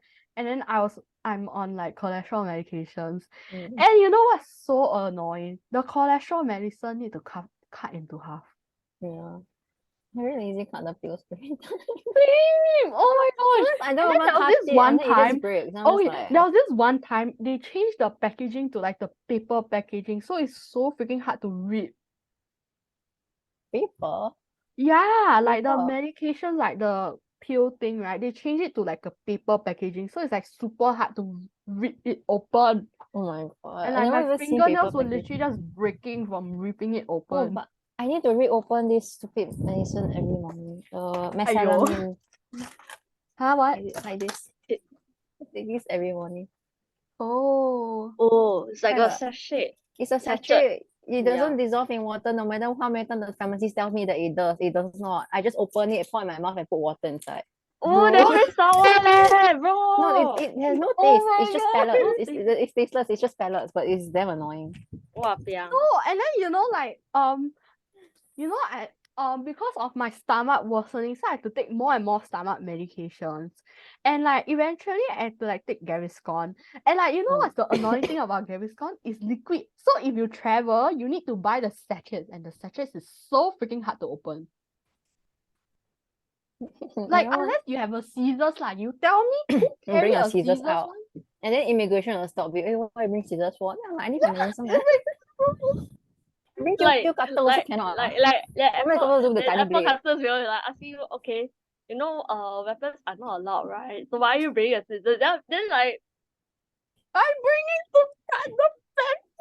Okay, no, okay. The thing is that one of my medication, right? I need to make it every day. I need to make it oh, every day. It's vancomycin. So like they come, I constitute myself 2 bottles with like distilled water. I have to use the needle and syringe. So I put the water inside and mix it. So I need to bring the syringes all on board. So then it's like, imagine getting stuck in immigration. You bring so many needles for white druggy, is it? I'm like, like the misunderstanding is Like- freaking real, Oh my yeah. gosh. yeah. And then your doctor has to write the letter, so you Yeah, cannot the bring letter for everything airport. on I board. always think that. Then never mind because for kidney transplant patients is you have to drink a lot of water, and then it's Yeah. like it must be like clean and stuff. So like we will bring like a lot of water, and then the immigration will be like, oh, why you bring so much water for what?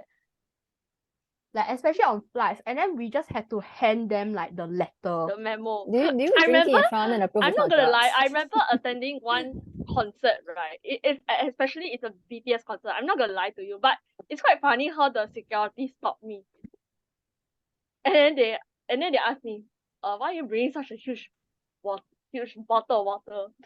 And then it's the same thing happening, give them the memo and then Hey, but you go concert, of course you bring water to the concert, why not bring one? and Why they asking they don't at the even concert? it's stupid lah. They don't even allow me to bring. They don't even allow us to bring water into a concert. Like we are not gonna throw bottles at the idols, for excuse me. We need for to God's drink sake. it lah. Later Scarly paint house, yeah. I mean the rules is strict lah, but then for us chronic illness patients, give us an exception, please, cause like we need to drink a lot of water, exactly. you Should know. be proof enough. Oh, I still remember when I was in like Europe that I had to bring like my water, like a lot of water, like distilled water, cause like obviously the water must make sure to be like clean or something. Like I was in Europe or something, and then like I was in somewhere, but they didn't really the staff that was checking the thing didn't really understand English that well, and then they had to tell their supervisor to check the letter. I was like, Then paiseh. like very paiseh leh. I'm like, oh. Like Everyone in my family passed already cause they okay, nothing. Mine what? Water. it's kind of like the misunderstanding is like Like, it's for so Apple bad 'cause, Customs like, it's they like don't it's like they're understand. like they don't understand our condition. Then they will like tell you, can you please go and pour your empty bottle away cause it's more than 500 liters. Then I'm like, Oh my gosh, why do you do this to me? Like why do you do this to us? We need water leh. We need to drink a lot of water, you know. Some more chronic lah, transplant 浪费 patient eh. I cannot be dehydrated. It's really dangerous for us, actually. Yeah, Yeah it's lor. super dangerous. And now like cause I started on a new like antidepressant. So the water, everything even more important. And it's like the fact where, every time when we travel overseas, right, we need to have a doctor to write a memo for us. Yes, Where and every it time says, it's so freaking awkward. please allow this patient to bring a bottle of like how many liters of water for God knows how many liters. And then No, I the still remember there customs was will this just, one oh, time okay, the okay, doctor can. just write a memo. Oh, this patient needs to drink like this much water, and then oh my gosh, it's even more awkward when you have to give the memo to the school, like your teachers, and then they suddenly Yeah. lose it, and I'm like, They lose it. yeah, they lost it. Like with They all lost my the letter. medication naming, all my accommodation, everything, they lose it. Oh my Wah, god. piang. Wah, piang. That happened in secondary school like a few years ago. so like the PE teachers didn't get the memo, and they were like, and like the PE teacher was like forcing me to do like normal people stuff. Normal people stuff. You know, like for example, for me personally, I'm actually exempted from like the NAFA test.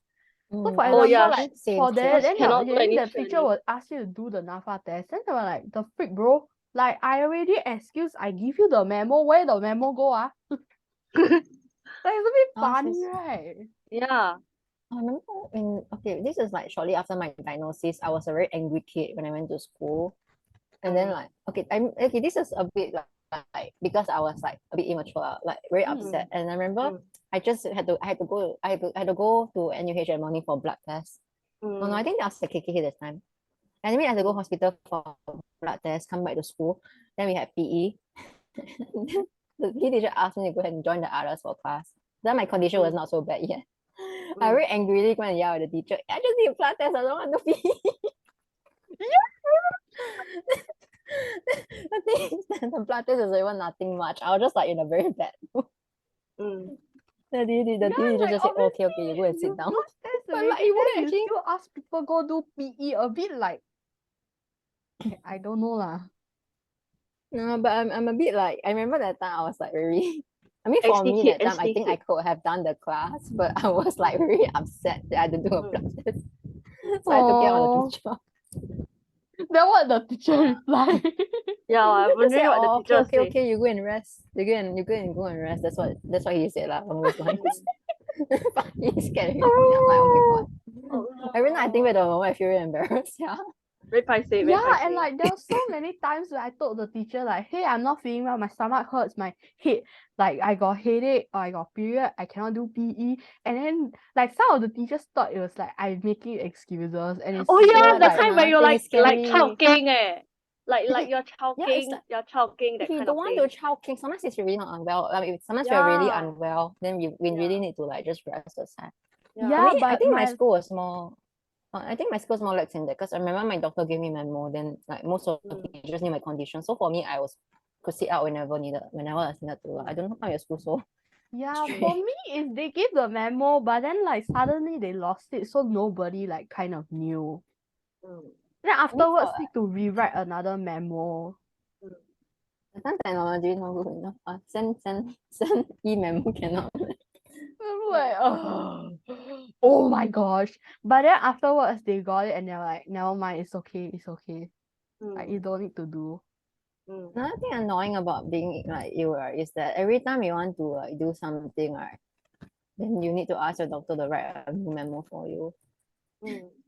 Mm-hmm. I Oh my think I gosh, asked my I doctor still for don't know remember how there many was memos. like when I was very young, I actually participated in like the transplant games, like the Singapore transplant games. Oh. And then like my doctor was like, oh, you have to do like ECG, like make sure your heart is okay, like like perfect, like so you can do the activity because it's like running and badminton. But I didn't win, but it's okay. It's okay. It was like me and like two of my other friends. You don't remember that one time, right? For it's not just the doctor's memos they have to write for like travel. Sometimes even exam, like we need extra time cause Yeah. But for me, of our medical condition. yeah, for me it wasn't until that point lah, which I was quite lucky to be honest. But afterwards, they sort of needed. I sort of never told my doctors a lot about it lah, so I just struggle alone lor. I didn't really, for me, exam, I managed to get by normal time for exams, but like making, I think for me more like uni, oh my god, okay, I just say this year I really struggled with uni applications, especially the one for NUS, because What Which course course are you planning to apply? no, I tried to apply for law because I was from law in poly. I see. I didn't get in. I got into philosophy at NTU instead. So that's the uni I'm going to like in August. Okay, But then nice. the application process for unis, right? It damn annoying for the health part, especially for people like us. They ask you to declare everything, right? Especially NUS. They because they are I remember like I put my condition all that already. Then later on they emailed me asking me to like declare.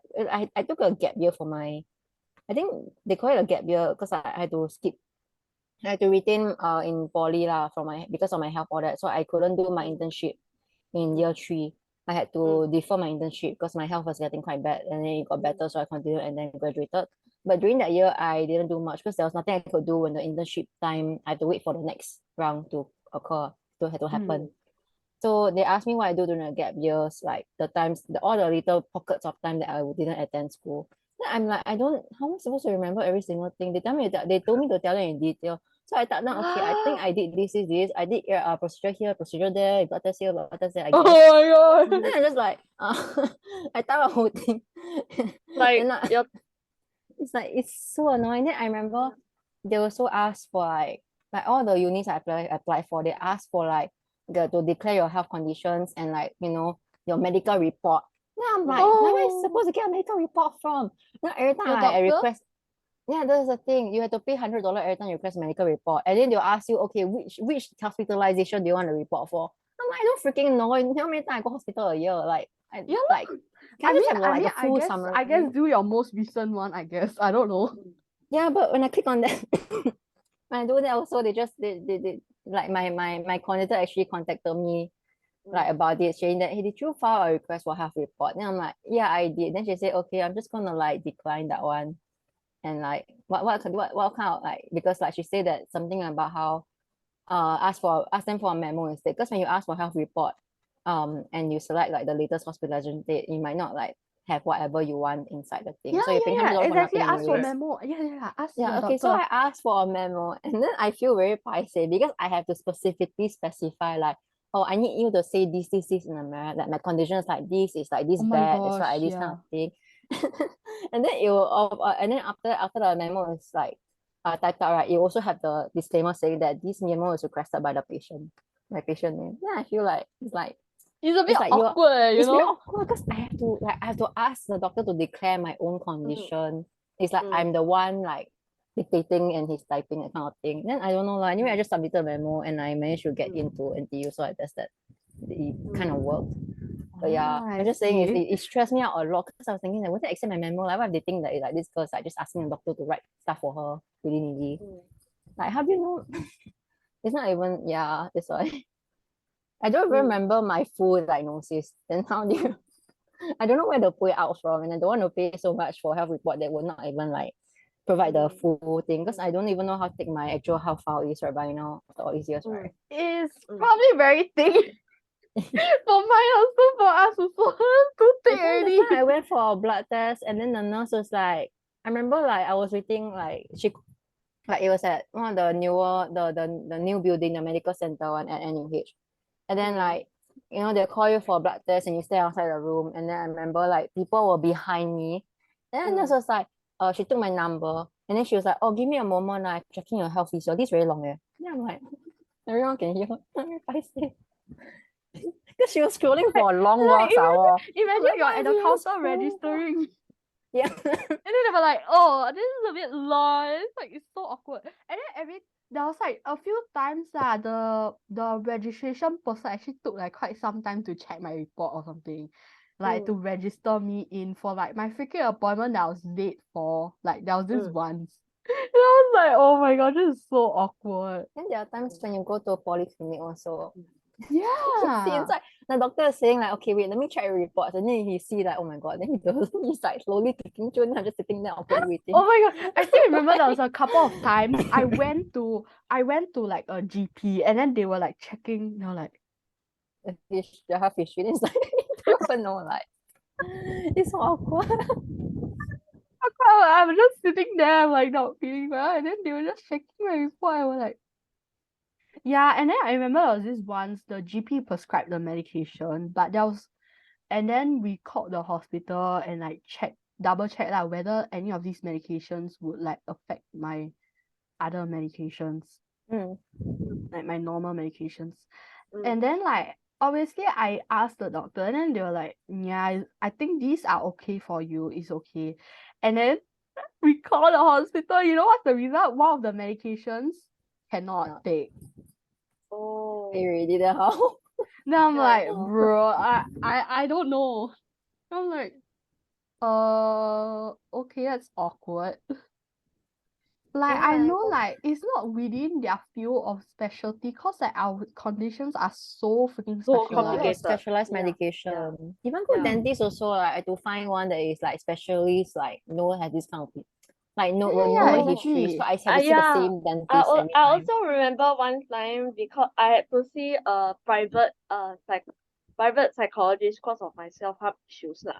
That was like in February. And then right, this doctor had to like tiger text again. This tiger text coming for no reason leh. Somehow it's a private doctor that is like from a former public government hospital. And then he actually prescribed me this medication for my psychosis or panic attack. It's called quetiapine ah. It supposedly help me with my psychotic attack. And then he had to tell me, okay, I need to check with your chief doctor whether this medication can And then take they with tiger your text and they were medication. like, "Hello, is this are you the doctor of this patient? I I need to check." yeah. Oh my god. And I and really you need know to ask my doctors that was about tiger so text. that visit to the psychologist clinic was so awkward because it's a private clinic and it's not subsidized. The first visit actually my brother helped me schedule the appointment. And you know the first visit was 300. The second time I went on my own with my mom, I had to pay 280. I'm like, wow, this is the last time I'm ever going to a private clinic. That's it. Yeah, Like it's definitely. so expensive and seeing a psychologist outside leh, and it's private, Yeah. And it's Yeah. at Novena leh, by the way. My brother helped me arrange for the better psychologist cause apparently the therapy I was on wasn't working. So ended up I had to go to another psychologist clinic. And then yeah, he Oh my prescribed gosh. me And the then now we quetiapine. suddenly just all end up seeing a psychologist at NUH. Yeah, Which is sort of a I guess a happy ending. Cause like it's NUH ma, then it's like yeah, subsidized. yeah. And because honestly, like the psychologist to see us has like a better understanding towards like what we are going through, Yeah, cause like they especially have like access to our like medical health and reports. like they can Yeah. directly talk to our doctors also. Mm. Yeah. Like they don't need to just like tiger text or like email them like Yeah lor. we're like yay. Yeah. Actually, I also have uh, a question that is kind of related to the post transplant, right? Mm. So you did mention you've had like two pets, right? One is I can't remember the first name of your pet. Is it I Oh, don't know whether is Fluffy? it Fluffy, and Riley? the second Yeah, and the second Riley. one is Riley. So I remember because as part of the transplant criteria, there's like a 3 to 6 months window period where you couldn't interact with your pet, Riley, because there's like a Risk of fact infection. that like you're immunocompromised. So I Yeah. believe it must have been very like it must have been very disappointing lah for Like you it'll because be like it's like Riley is like your only source of like your emotional support dog, and like the fact you couldn't like interact with her after transplant must be quite hard on you, I believe. It was like, okay, and it was like, okay, the thing is that we also just lost Fluffy that year. Shortly after that, oh, we adopted Riley partially because like we were grieving over like Fluffy, but not to replace her. We just like couldn't stand it without having a dog in the home. Then we yeah. hadn't that time. I think we weren't really decided on the transplant yet. Like not, it wasn't like decided that we need it that time yet. So we went and Mm. adopted Riley. Shortly after that, then that's when the spine stuff happened. And Mm. I remember, oh my god, she was only like I think few months old when we got her. And then Mm. I know I think I feel very bitter about this. I was supposed to be her favorite person. I continued Mm. to walk her while having a spine fracture. That is dedication right there. I insisted on walking Oh her. my I fed god. Oh, her. I I trained salute you. her. Me and our co salute you completely for that. Yeah, that time Like, she's a puppy, so she will still pay attention to you lah. Then mm, she will be, she is, she was more quiet towards me that time. Now she will growl at me when I disturb her too much. like, I think like, how how in the first place did you manage to adopt like two of those dogs? Like I how did you guys meet like Fluffy Like, was and it like the we got second dog her adoption? Riley? Yeah.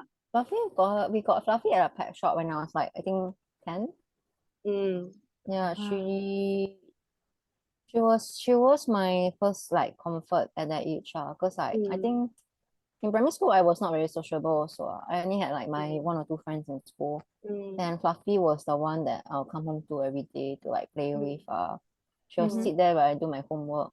Yeah, then I used to bring her to the playground. I was very, very close to her. I kind of Mm. regret that my diagnosis, right, made Mm. me like kind of like I think she started having health problems also, but my diagnosis kind of like took a lot of attention away from her, like both from me and from my parents. Because she started going blind towards her later years, and like I think she was in pain for some of her time like towards the end. Mm. But I didn't really Mm. notice because I was having my own issues. So I kind of really regret not being able to like take care of her as much as I wanted to, even though like we used to be so close. Mm. Mm. And for Ah. Riley also is like, yeah, I'm a bit bitter because like I was supposed to be the one like training her and bonding with her because first year puppy year very important. Must you should be there to like if you want her to see you as the number one. But because of my transplant that Mm. happened, like un unplanned in that like unplanned until like we only planned it like a few months ahead lah. So technically, in that year we didn't see it coming yet. Yeah, Then when and I like got for then it's like for I got me, my separated from transplant was her. like completely unplanned. Like, they just call you and be like, okay, go over, Same. go to the Mine was hospital like Oh, right yours now. were completely unplanned. unplanned. Mine was because of like spine issue, and I was at first put on a list. I think that one also the being on the list is quite stressful because they were telling me Yeah. that you must be ready, cannot miss the call, cannot be Yeah. sick during the thing also. Yeah. Well, I And was you have damn to be stressed out. mentally Yeah, prepared. yeah, I don't know yeah. why I still continue going to school during the time. I I finished my term one It only. I didn't even finish the semester. Aiyo. kind of Finish my needed a distraction. it's a good distraction also lah. But after my term one, I really cannot. Like CMI, I was hospitalized. I think like 6 times in the first half of the year. Aiyo. Like How- yeah, That's almost quite a every lot. week towards the Mm. transplant. Yeah. Mm. Then How was your you and your mom's mental health affected after the transplant? Like in what way? Be it uh, emotionally or physically, how were you both affected? Because I'm like actually questioning like what made her the decision to donate her kidney to you. Must be like quite a huge Her liver, commitment right? to yeah, the liver. Like must have been quite like a huge commitment because after all she is your mom. actually And You know. also, like, after the Yeah. transplant, even though a part of her was taken out, she still needed to take care of you, you know. Yeah. Like, So like, were you guys like affected? Like, I am personally like asking because, like, you know, transplant really changed quite a lot in you. Like, you yeah. have to adjust to a lot of things and like Yeah. take even more medications. I think one thing that helped was Riley also but again for some part during the time that both me and my mom had to stay in the hospital and my mom stayed in the hospital with me, like after she discharged she still came back and like she stayed overnight in my room kind of thing. And Riley was being taken care of by my mom's friend also, like really thanks to my mom's friend also helping. But yeah, before the transplant, when I was in and out of hospital, Riley was still at home. My mom is my parents are both dog lovers. So having Riley around, Oh. I think really helped them emotionally a lot also. So yeah. Ah. Then after my transplant, I wasn't able to go like stay at this home because of Riley actually. Like I stay at my grandma's place for like that's when I didn't manage to bond with her. So now she looks Yeah, at me because as a like playmate. you must have felt really bad, right? Like not being able to interact with Riley for like so long. I can only And come back then here for like rare visits, but when I come back here, my dad forces me to wear plastic all over, wear oh plastic my god, gloves. the Then I'm plastic like, gloves, right? And then you The plastic glove, then the and then the mask. mask. then And I bet then Riley is like, who is this person? I don't read dog behavior. I guess Riley must be like, what is that? Yeah, Riley was very confused, but I think she could smell me still lah. She's very happy.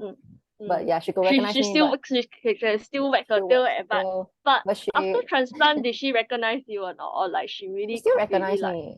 thankfully she recognized me, but she no longer looked at me as the owner. Instead, her number one became my dad. So I very, No, very but big. but with the mask and the No. plastic glove, it She must could be recognize very me, hard. but she was scared of the plastic. Oh, so she was So like, she would like take dodge off the away. plastic. But yeah, eventually I just took off the plastic and bet her. I'm like, I don't care already lah. It doesn't. I got no cards, then can lah. Just bet her. But yeah, Aiyo, then like very very awkward, yeah. Like you want to yeah. pet your dog but cannot cause like you're Yeah, it's immunocompromised. like, oh my god, she's there, but also like, hello, yeah. And she's like your baby, that kind. You just want to pet her, but it's She so is, I'm her difficult cause mommy. cause like how do I put it? Cause like for pets, right, they carry a lot of uh like invisible diseases which you really cannot see. So it's Yeah. like And they during that say, 3 to 6 months it must be very difficult. It's not just the Yeah. adjustment of the medications, it like I It's can also not imagine being in able to your see I your like baby, can you know? imagine, right?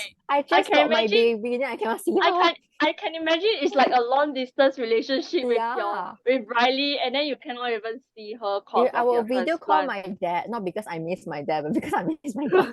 Oh. Oh, And Yeah, it you're was like, like, oh, when Dad, can I see when Riley? you want to see Riley? yeah. Yeah, Okay, like Riley. you're like every time you call your dad, like, oh, can I see Riley? You know? Oh, I think she's I like do want running. to see Riley. Actually, yeah, I can show you a picture of her because I think she's in the other room enjoying aircon. Wow. Wow. Oh, what breed is that? Oh. Singapore What is- special. We adopted her from SOSD. Oh, that's good, that's good. Yeah. But the previous one is a schnauzer, right? Yeah, Is the it one a we got from a pet shop because like Oh. honestly I don't condone pet shops. I was very young at the time. I did not know about puppy mills yet. But I don't regret getting Fluffy because she's still like another love of my life. Ah, Yeah. So like so cute.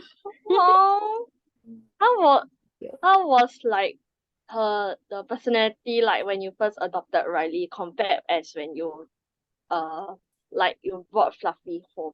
Like what's like the contrast difference between Fluffy and Riley? Like when you first met them. Fluffy was very much an alpha dog.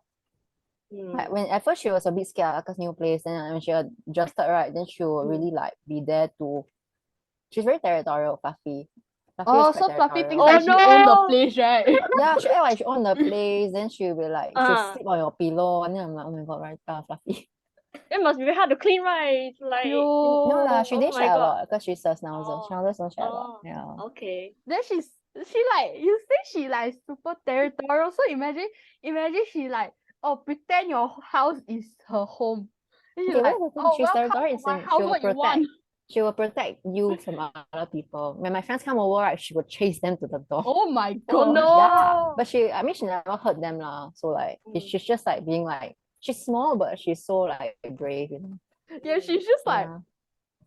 she's like maybe short but her personality very tall. Yeah. Right, Riley can be brave also, but Mm. she'll be brave. Like when I'm at home with her and she hear things outside, she can bark. The moment I open the door, right, she'll run away. Ayo. Because she act only. Ayo. Oh, Ayo only. like Ayo. Like, when I go gatekeeper. toilet, she'll guard the door. Ayo. Security dog. Right, Security dog. Riley is security, but she's actually they're both quite trusting of like my family and I lah. Like, for example, like dogs, even though they're territorial, right, technically, right, for example, things like food and all that, right, if I take from them, right, they will not like fight me, that kind of thing. Especially Oh, that's Riley, good. she is very like a lot of time, right, when we're walking her, right, me and my mom will bring her for walks, and then she finds like a bone that some guy or person throw in the bushes. They actually do that, I don't know why. Then she'll get Yeah, pissed. exactly. Yeah, she'll be biting it. Then I can just reach out and like just pry out her mouth, and she will not fight me. So like I don't know that's how I nice. got such dogs are like because I know other dogs can be quite like they will actually like Other dogs be like, no, you Yeah, can't no. take this out of my mouth. she'll just This be is like good. she'll just be like okay lah, I get you. Then I throw into the dustbin or something. Then she'll lunge after it. Ayo. Oh. My mom say that whenever like she would normally remember where like the next day you walk past the same area right before right, then she will remember where the bone was last time. So she will try and She's search for quite it. intelligent lah. She's quite intelligent. She likes to use her paws to open things also. Then she doesn't like to be alone in like when my parents go to work, then she'll be alone outside ma. Then She'll so come like into my your door room? will be closed. She will try and come in my room by like she'll knock on the door by scratching on it. Oh, She knows how to do that kind of thing. She knows how to scratch on doors to ask people you're to like, let her in. hello, hello, Yeah. Then she'll can I sometimes come like in? poke. Like she'll just boof a little bit. So like, yeah, I'm here, let me in. So cute. But is she very clingy to you, like very 黏你 that kind of thing? Like your She's clingy like most of your dogs. when actually not really lah. Both of my dogs were not really that clingy, especially when they got older lah. It's more like when I guess it's when they're scared, they might run to me sometimes. But most of the time actually they're quite but Fluffy was very brave. So she didn't really think and I think because of her fur, so she felt warm most of the time lah, so she doesn't like skin contact that much. Like she's okay with skin contact. At night aircon at time she will, be okay to cuddle up. And yeah, Riley also she will cuddle up with you when there's aircon, but she will not go up to above your waist level. Fluffy would actually lie on your head when it's cold. Yeah, but Riley will stay at your feet side. Yeah, and she will only go. They both of them will only come onto the bed when there's aircon. If there's no aircon, they stay on the floor. Very spoiled. Yeah. Very. Wow, very spoiled, yeah. Yeah, lah. It's like it kind of reminds me like, it's like it gives off the impression that Riley and Fluffy is like the very like how do I put it? It's like the spoiled masters and kind. Like 少爷, like that 少爷 kind of attitude, like no aircon, I won't stay inside there. Got aircon, okay. Yeah. It's like your typical kind of GSSL. Oh, got But are they like okay. picky? Are they like picky eaters? Yeah, I also want to ask that question. Are they picky like towards their appetite or food? I would say they would not have been picky if my parents didn't keep feeding them scraps. Yeah, Like my what do they parents- usually eat? I'm always wondering like what do dogs usually eat? I only like because I always watch cartoons, right? And then like the only food that I see They from like, cartoons, it's the it's like kibble. just chew on bones only. they are supposed to eat only kibble. You're not really supposed to eat human food because there's a lot of stuff in human food that is like bad for health, that kind of thing. Yeah. Yeah. So like if you don't actually so far for my dogs, right? If you do not give them any human food, don't let them taste human food, they're actually quite okay with kibble. But the more important thing is you also cannot overfeed them, right? Yeah. But the thing is that Riley came to us very skinny because she was a shelter dog, my rescue dog. So we fattened her up a bit too much. She's on a diet right now. So. We used to be able to see her ribs. That's how bad it was. I can feel the rib cage. Then yeah, I think we got a bit too overboard with feeding her because now it's like she's overweight. Ayo, oh no. Oh no. But she's then still very precious. Yeah, she's very precious. But Yeah. like now when you think about it, right? Like as those struggling with like chronic illness or like mental health problems, right? Because both of us really have like we don't have pets actually. We don't have like dogs. Yeah. Like when we because have my problems, brother has a fur allergy, Yeah. so I couldn't have like pets on my life. when I wonder if like when you have like very bad like anxiety attacks, like those random episodes just comes in. Do you have like emotional support dog that like for like Riley? What does she do when you are feeling like down or you are experiencing with like anxiety attacks? So what does she do when you have? Actually, I think it depends on the dog because my dogs they don't really tell. Like, sometimes they can't really tell when I'm having like anxiety issues. But usually it helps when I can go up to them and like help them know. Oh. I just sit beside them and pet them, kind of thing. I mean, for me, when I have anxiety attacks and stuff, I actually have my Toto. Wait, hold on. Let me go get it. It's on my bed. It's a Grace toy. Spoiler. It's the wee bear. She carries with her every time during the show. Because we don't have pets, so we only have an emotional support toy to count on. This is Grizzly. Mine is very just a plushie. This is a brown I can bear. show you. It's not scary. It's not scary. It's just a Medical toy. Demon Slayer, Nezumi. Yeah, it's my emotional support toy. I This always is bring it with me emotional like support. during checkup. Yeah, let me show you my emotional support toy I bring to hospital. But it's What? Okay, you would not call this cute lah. I don't know why I just bring it. I don't know. It looks okay. Why? It's not okay, what? Why? It's creepy cute lah. But my doctor Looks like said it Scooby Doo eh. Looks like Scooby Doo, yeah. it's from a Scooby-Doo. game, Springtrap, from like the Five Nights at Freddy's game. But like my doctors will be like, what is that? I mean, they have like they are either like shocked at it and horrified a little bit, or they are like, oh, that's cute, I guess. I I would guess. I would like Yeah, see it looks a bit like Grease, but like the zoom in version. What? It looks a bit like I Grease, also I'm have not gonna lie. another emotional support stuffy that I bring to the hospital. It's like But it changes lah for us. Our emotional support changes. Like our toys change all the time. So yeah. and then my Exactly. parents will be like shining me, please just bring one toy, please don't bring so many toys. And then I'm Exactly. like, Oh my gosh. And then I have like a friend that brings like multiple emotional support Oh no. stuffy to How to like fit? her appointments. And like I know that, and then my mom is like, you don't do that, like Like they other later emotional support. I saw that before. Yeah, And I then got my this parents during, will like, like say my like hospitalization.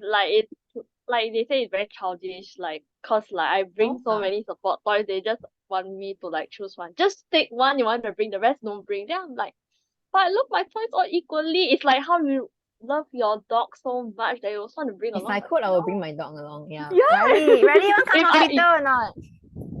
I don't know where she is. I don't know who I'm shouting to. You on you the definitely aircon, you'll can come relate. in. Yeah, you on the aircon, she'll come in. Hey, buddy, got free aircon. Then you put food on the table. Then she'll I come. think you can do that. You just go on the aircon and ask her come in. Yeah. Scarly, she'll pop up on the table. Who knows? I was like, what? Why did you do that? Yeah. But she on diet. I cannot tell her. Mm.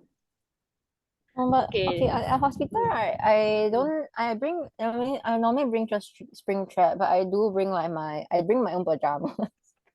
I don't like wearing Ooh. hospital clothes. Like I think Yeah. one time I'm not gonna It's lie, a but the quite hospital common clothes look thing very within the baggy. chronic Yeah. illness community. Honestly, right, I want to bring my own pajamas. I'm like scared, like, oh, they don't Yeah. allow me to wear or something. no, they allow. No, they allow. Yeah. Okay, I'm Just gonna bring. bring it next time. No, because I tell you, right, the clothing you cannot guarantee that it's clean because I got Yeah. rashes from the hospital pants before, remember? So like ever since then I didn't want to risk it already. So I just No, and that's the why I hospital bring pants are so annoying. Yeah, my it's so God. baggy. I got one time, right? Okay, this is kind of disclaimer, right? But I'm just gonna tell you, cause got one time, right? Because the pants, right, that I wore is the green color pants for adults one. It's the adult size one. Same. Then it's super difficult because you have to tie so many knots. Then got one time, right? I tie the not super tight, but end up the pants still drop. And then Oh my You don't- god! I still Oh my remember. God. I was like, wow, 2 times that it happened. I'm like, then it's like very very malu very embarrassing cause like imagine like there's people in front of you then wow piang oh my god. like very jialat, you know. That's Yeah, this why I'm bringing my that's, own clothes. Like that's the why shirt like is I still told myself like okay wow, lah, but from the now on pants, I'll just wow. bring my own pajamas. That's it. Yeah. Like that's it, bro. I'm not doing this anymore. But it just feels better to bring your own clothes lah. Like Yeah, you go I think hospital, so wear lah. hospital Also the clothes, feel comfort. sian. And also, okay, sorry viewers if listeners that we sound like we're just complaining. It's just like real life experiences, you know. Yeah. And then the hospital, the pillow, Mm. like it makes my hair loss so much more severe than it is. Like The it is so casing, annoying right? because it tugs on my hair and then my hair would just come out. Mm. So there was this once my mom brought like a pillowcase for me to like put the pillow in lah. So like it reduces my hair loss. And it was a bit better, I guess. Like, cause like it's like And your own yeah. pillowcase, so like And like, bit you know, I comfort. got one time during my hospital visit, I have to bring like a moisturizer for my legs. Cause I cannot get used to the hospital soap there, you know. No, Cause wait, you I use the hospital soaps? Because I bring my own. Oh my god. Okay, I I'm gonna usually sound bring so my own spoiled. soap, but Yeah, then I there never, was like I once hardly or twice. I hardly bring cause like they have Oh, like don't the bring shower your soap. no. I know. I have an advice. If you're like chronically ill, right? To all the chronically ill viewers out there, please like sort of pack your emergency bag lah. Cause touch wood like if you get in the hospital, you can just bring the emergency bag. All your shower stuff are there. Everything is there, so it's okay. Right? Oh, I normally bring my own shampoo, facial wash, Oh, all yeah, my that one, Same, my that one lotion. that one I Lotion would is a certainly must. bring. It's just that like for the hospital soap, right, for like washing your body and stuff, I have to put like a special moisturizer from Korea cause I have very bad eczema. So Mm. I No, I actually bring my and own like and soap, you know, but then like and in like the driest weather, right, where my skin can get very itchy, I have to put moisturizer every night.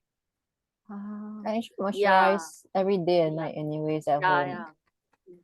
So hospital also because okay, 7B is an air conditioned ward some more. So like yeah, it yeah, gets yeah. dry. Our ward I bring is my own like air humidifier. condition also. Oh, yours also air conditioned. Oh. Yeah, because they renovated it and it's like air conditioned. Was it not aircon last time? I remember last time No, was it fan. wasn't aircon last time. Oh, It was Yeah. just like It's just like cold partially air, only. partially. It's just It was only cold air, but now air it's and the actually fan. aircon. There's like Yeah. slight aircon.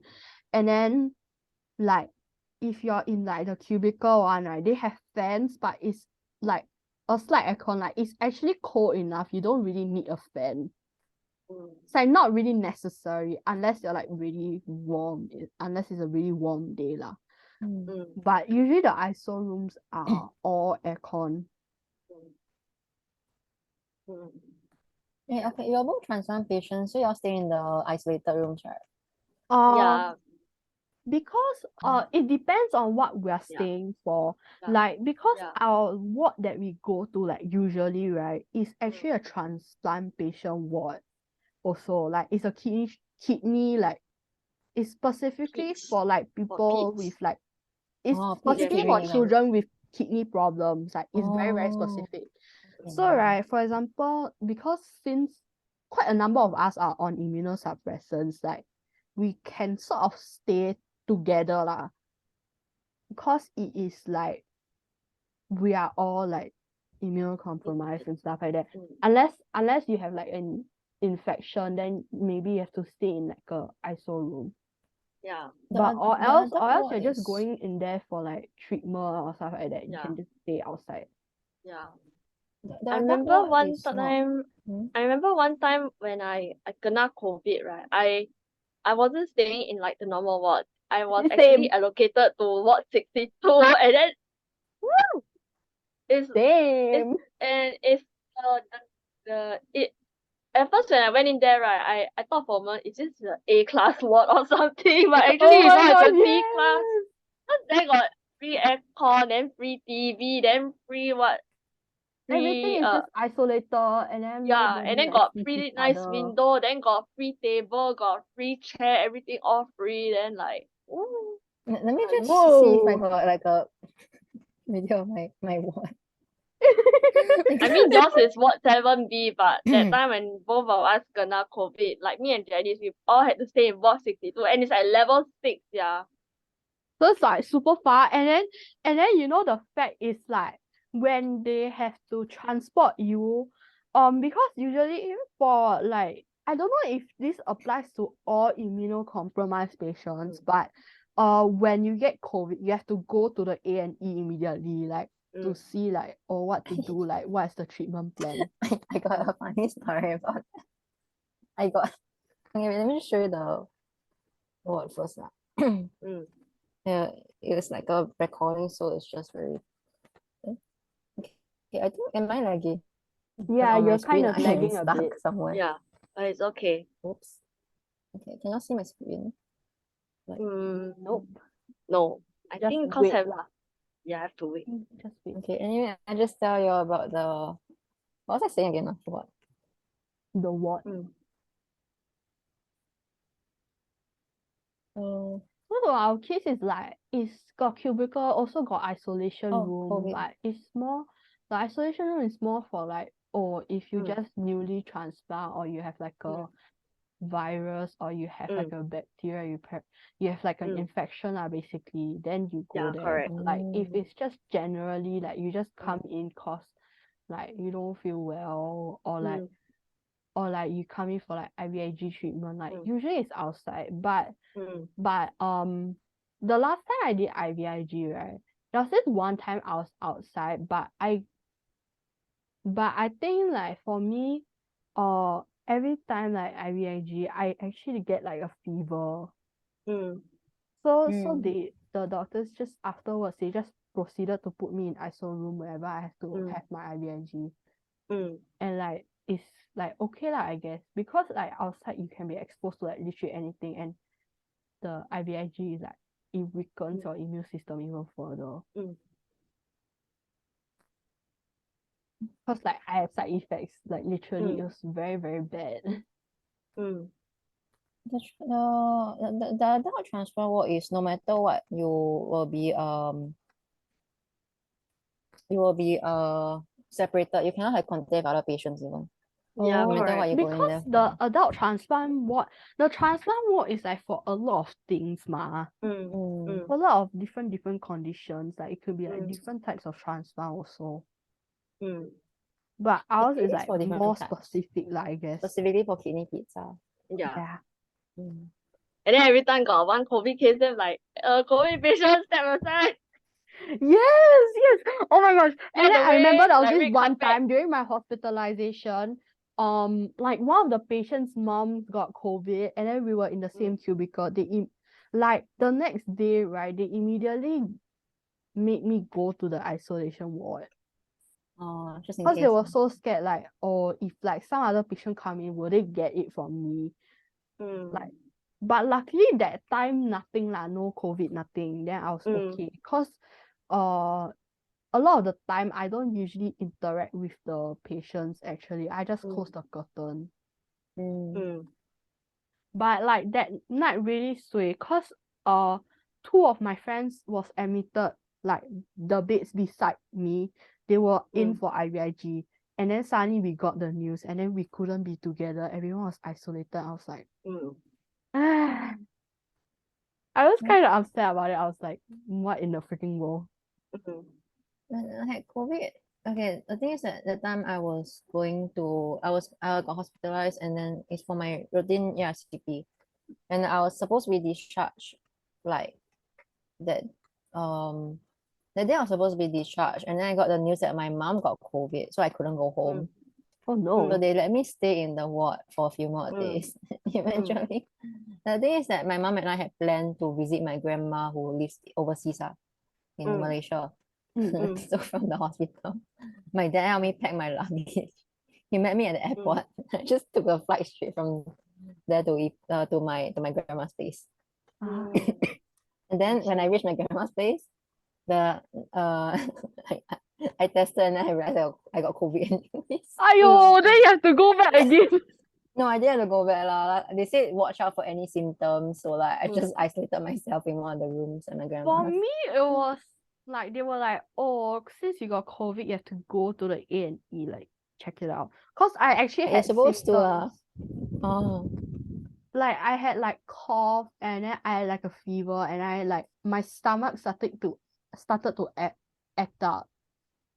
Oh. So I was not in like the best shape, and like even worse, it was during public holiday. It was during Christmas. So crowded. I was like, I didn't get any symptoms, so like I don't know. So cursed, you know, and then I had to stay in the hospital for one night. I did remember having to go to a quarantine room in NUH because my dad kena COVID. And then because I was so scared I would kena, so I asked the doctor whether can put me in the quarantine room. Oh. Yeah. Because the thing is our sleeping arrangements, right? Because now nowadays I sleep with my dad lah. But previously when my dad kena COVID, right, then my dad had to sleep downstairs, and then I couldn't even go anywhere. I had to like stay upstairs the whole time. So it's basically like locked in four walls that kind of thing, 面对四墙 that kind. !aiyo! Then how? Your mom cook you food order food for Yeah, you? cook me food, and then I finished dinner, then she said, oh, just put outside, I'll bring it down. Then I'm like very paiseh like that. !aiyo! Really leh. Cause when I got COVID, right, I didn't test negative. Like I took like 2 weeks to recover. It's like incredibly long, and like because at that point of time they like discharged me to like virtual ward, so it's even more difficult. Like it was almost approaching the 3rd week already, and then I still haven't recovered. But afterwards, I eventually tested negative. Like I eventually like the level lah. I think there was this like blood test done to see like whether you're infectious or not. Eventually the levels showed that I was not infectious, and then I could just like go out. Or else I'm just 面对四墙 lah. Yeah. Okay, now we go on to the next question, which It's a bit awkward, right? Yeah, no, which is we as chronic illness patients have been like, honestly, I feel we are kind of very underrated and like kind of misunderstood by the public. Yeah, So honest, I want to ask Nicole about how do you feel about the assumptions other people made about your health condition in the past versus now? Nicole? Actually, give me a moment. I'm gonna restart my Wi-Fi because like Okay. Hold up, yeah, you're still a bit like stuck there. But it's Yeah. okay, you can like come back to the meeting like yeah, give me a moment. again. I think I'm gonna like stop the recording for a bit. Yeah, then we continue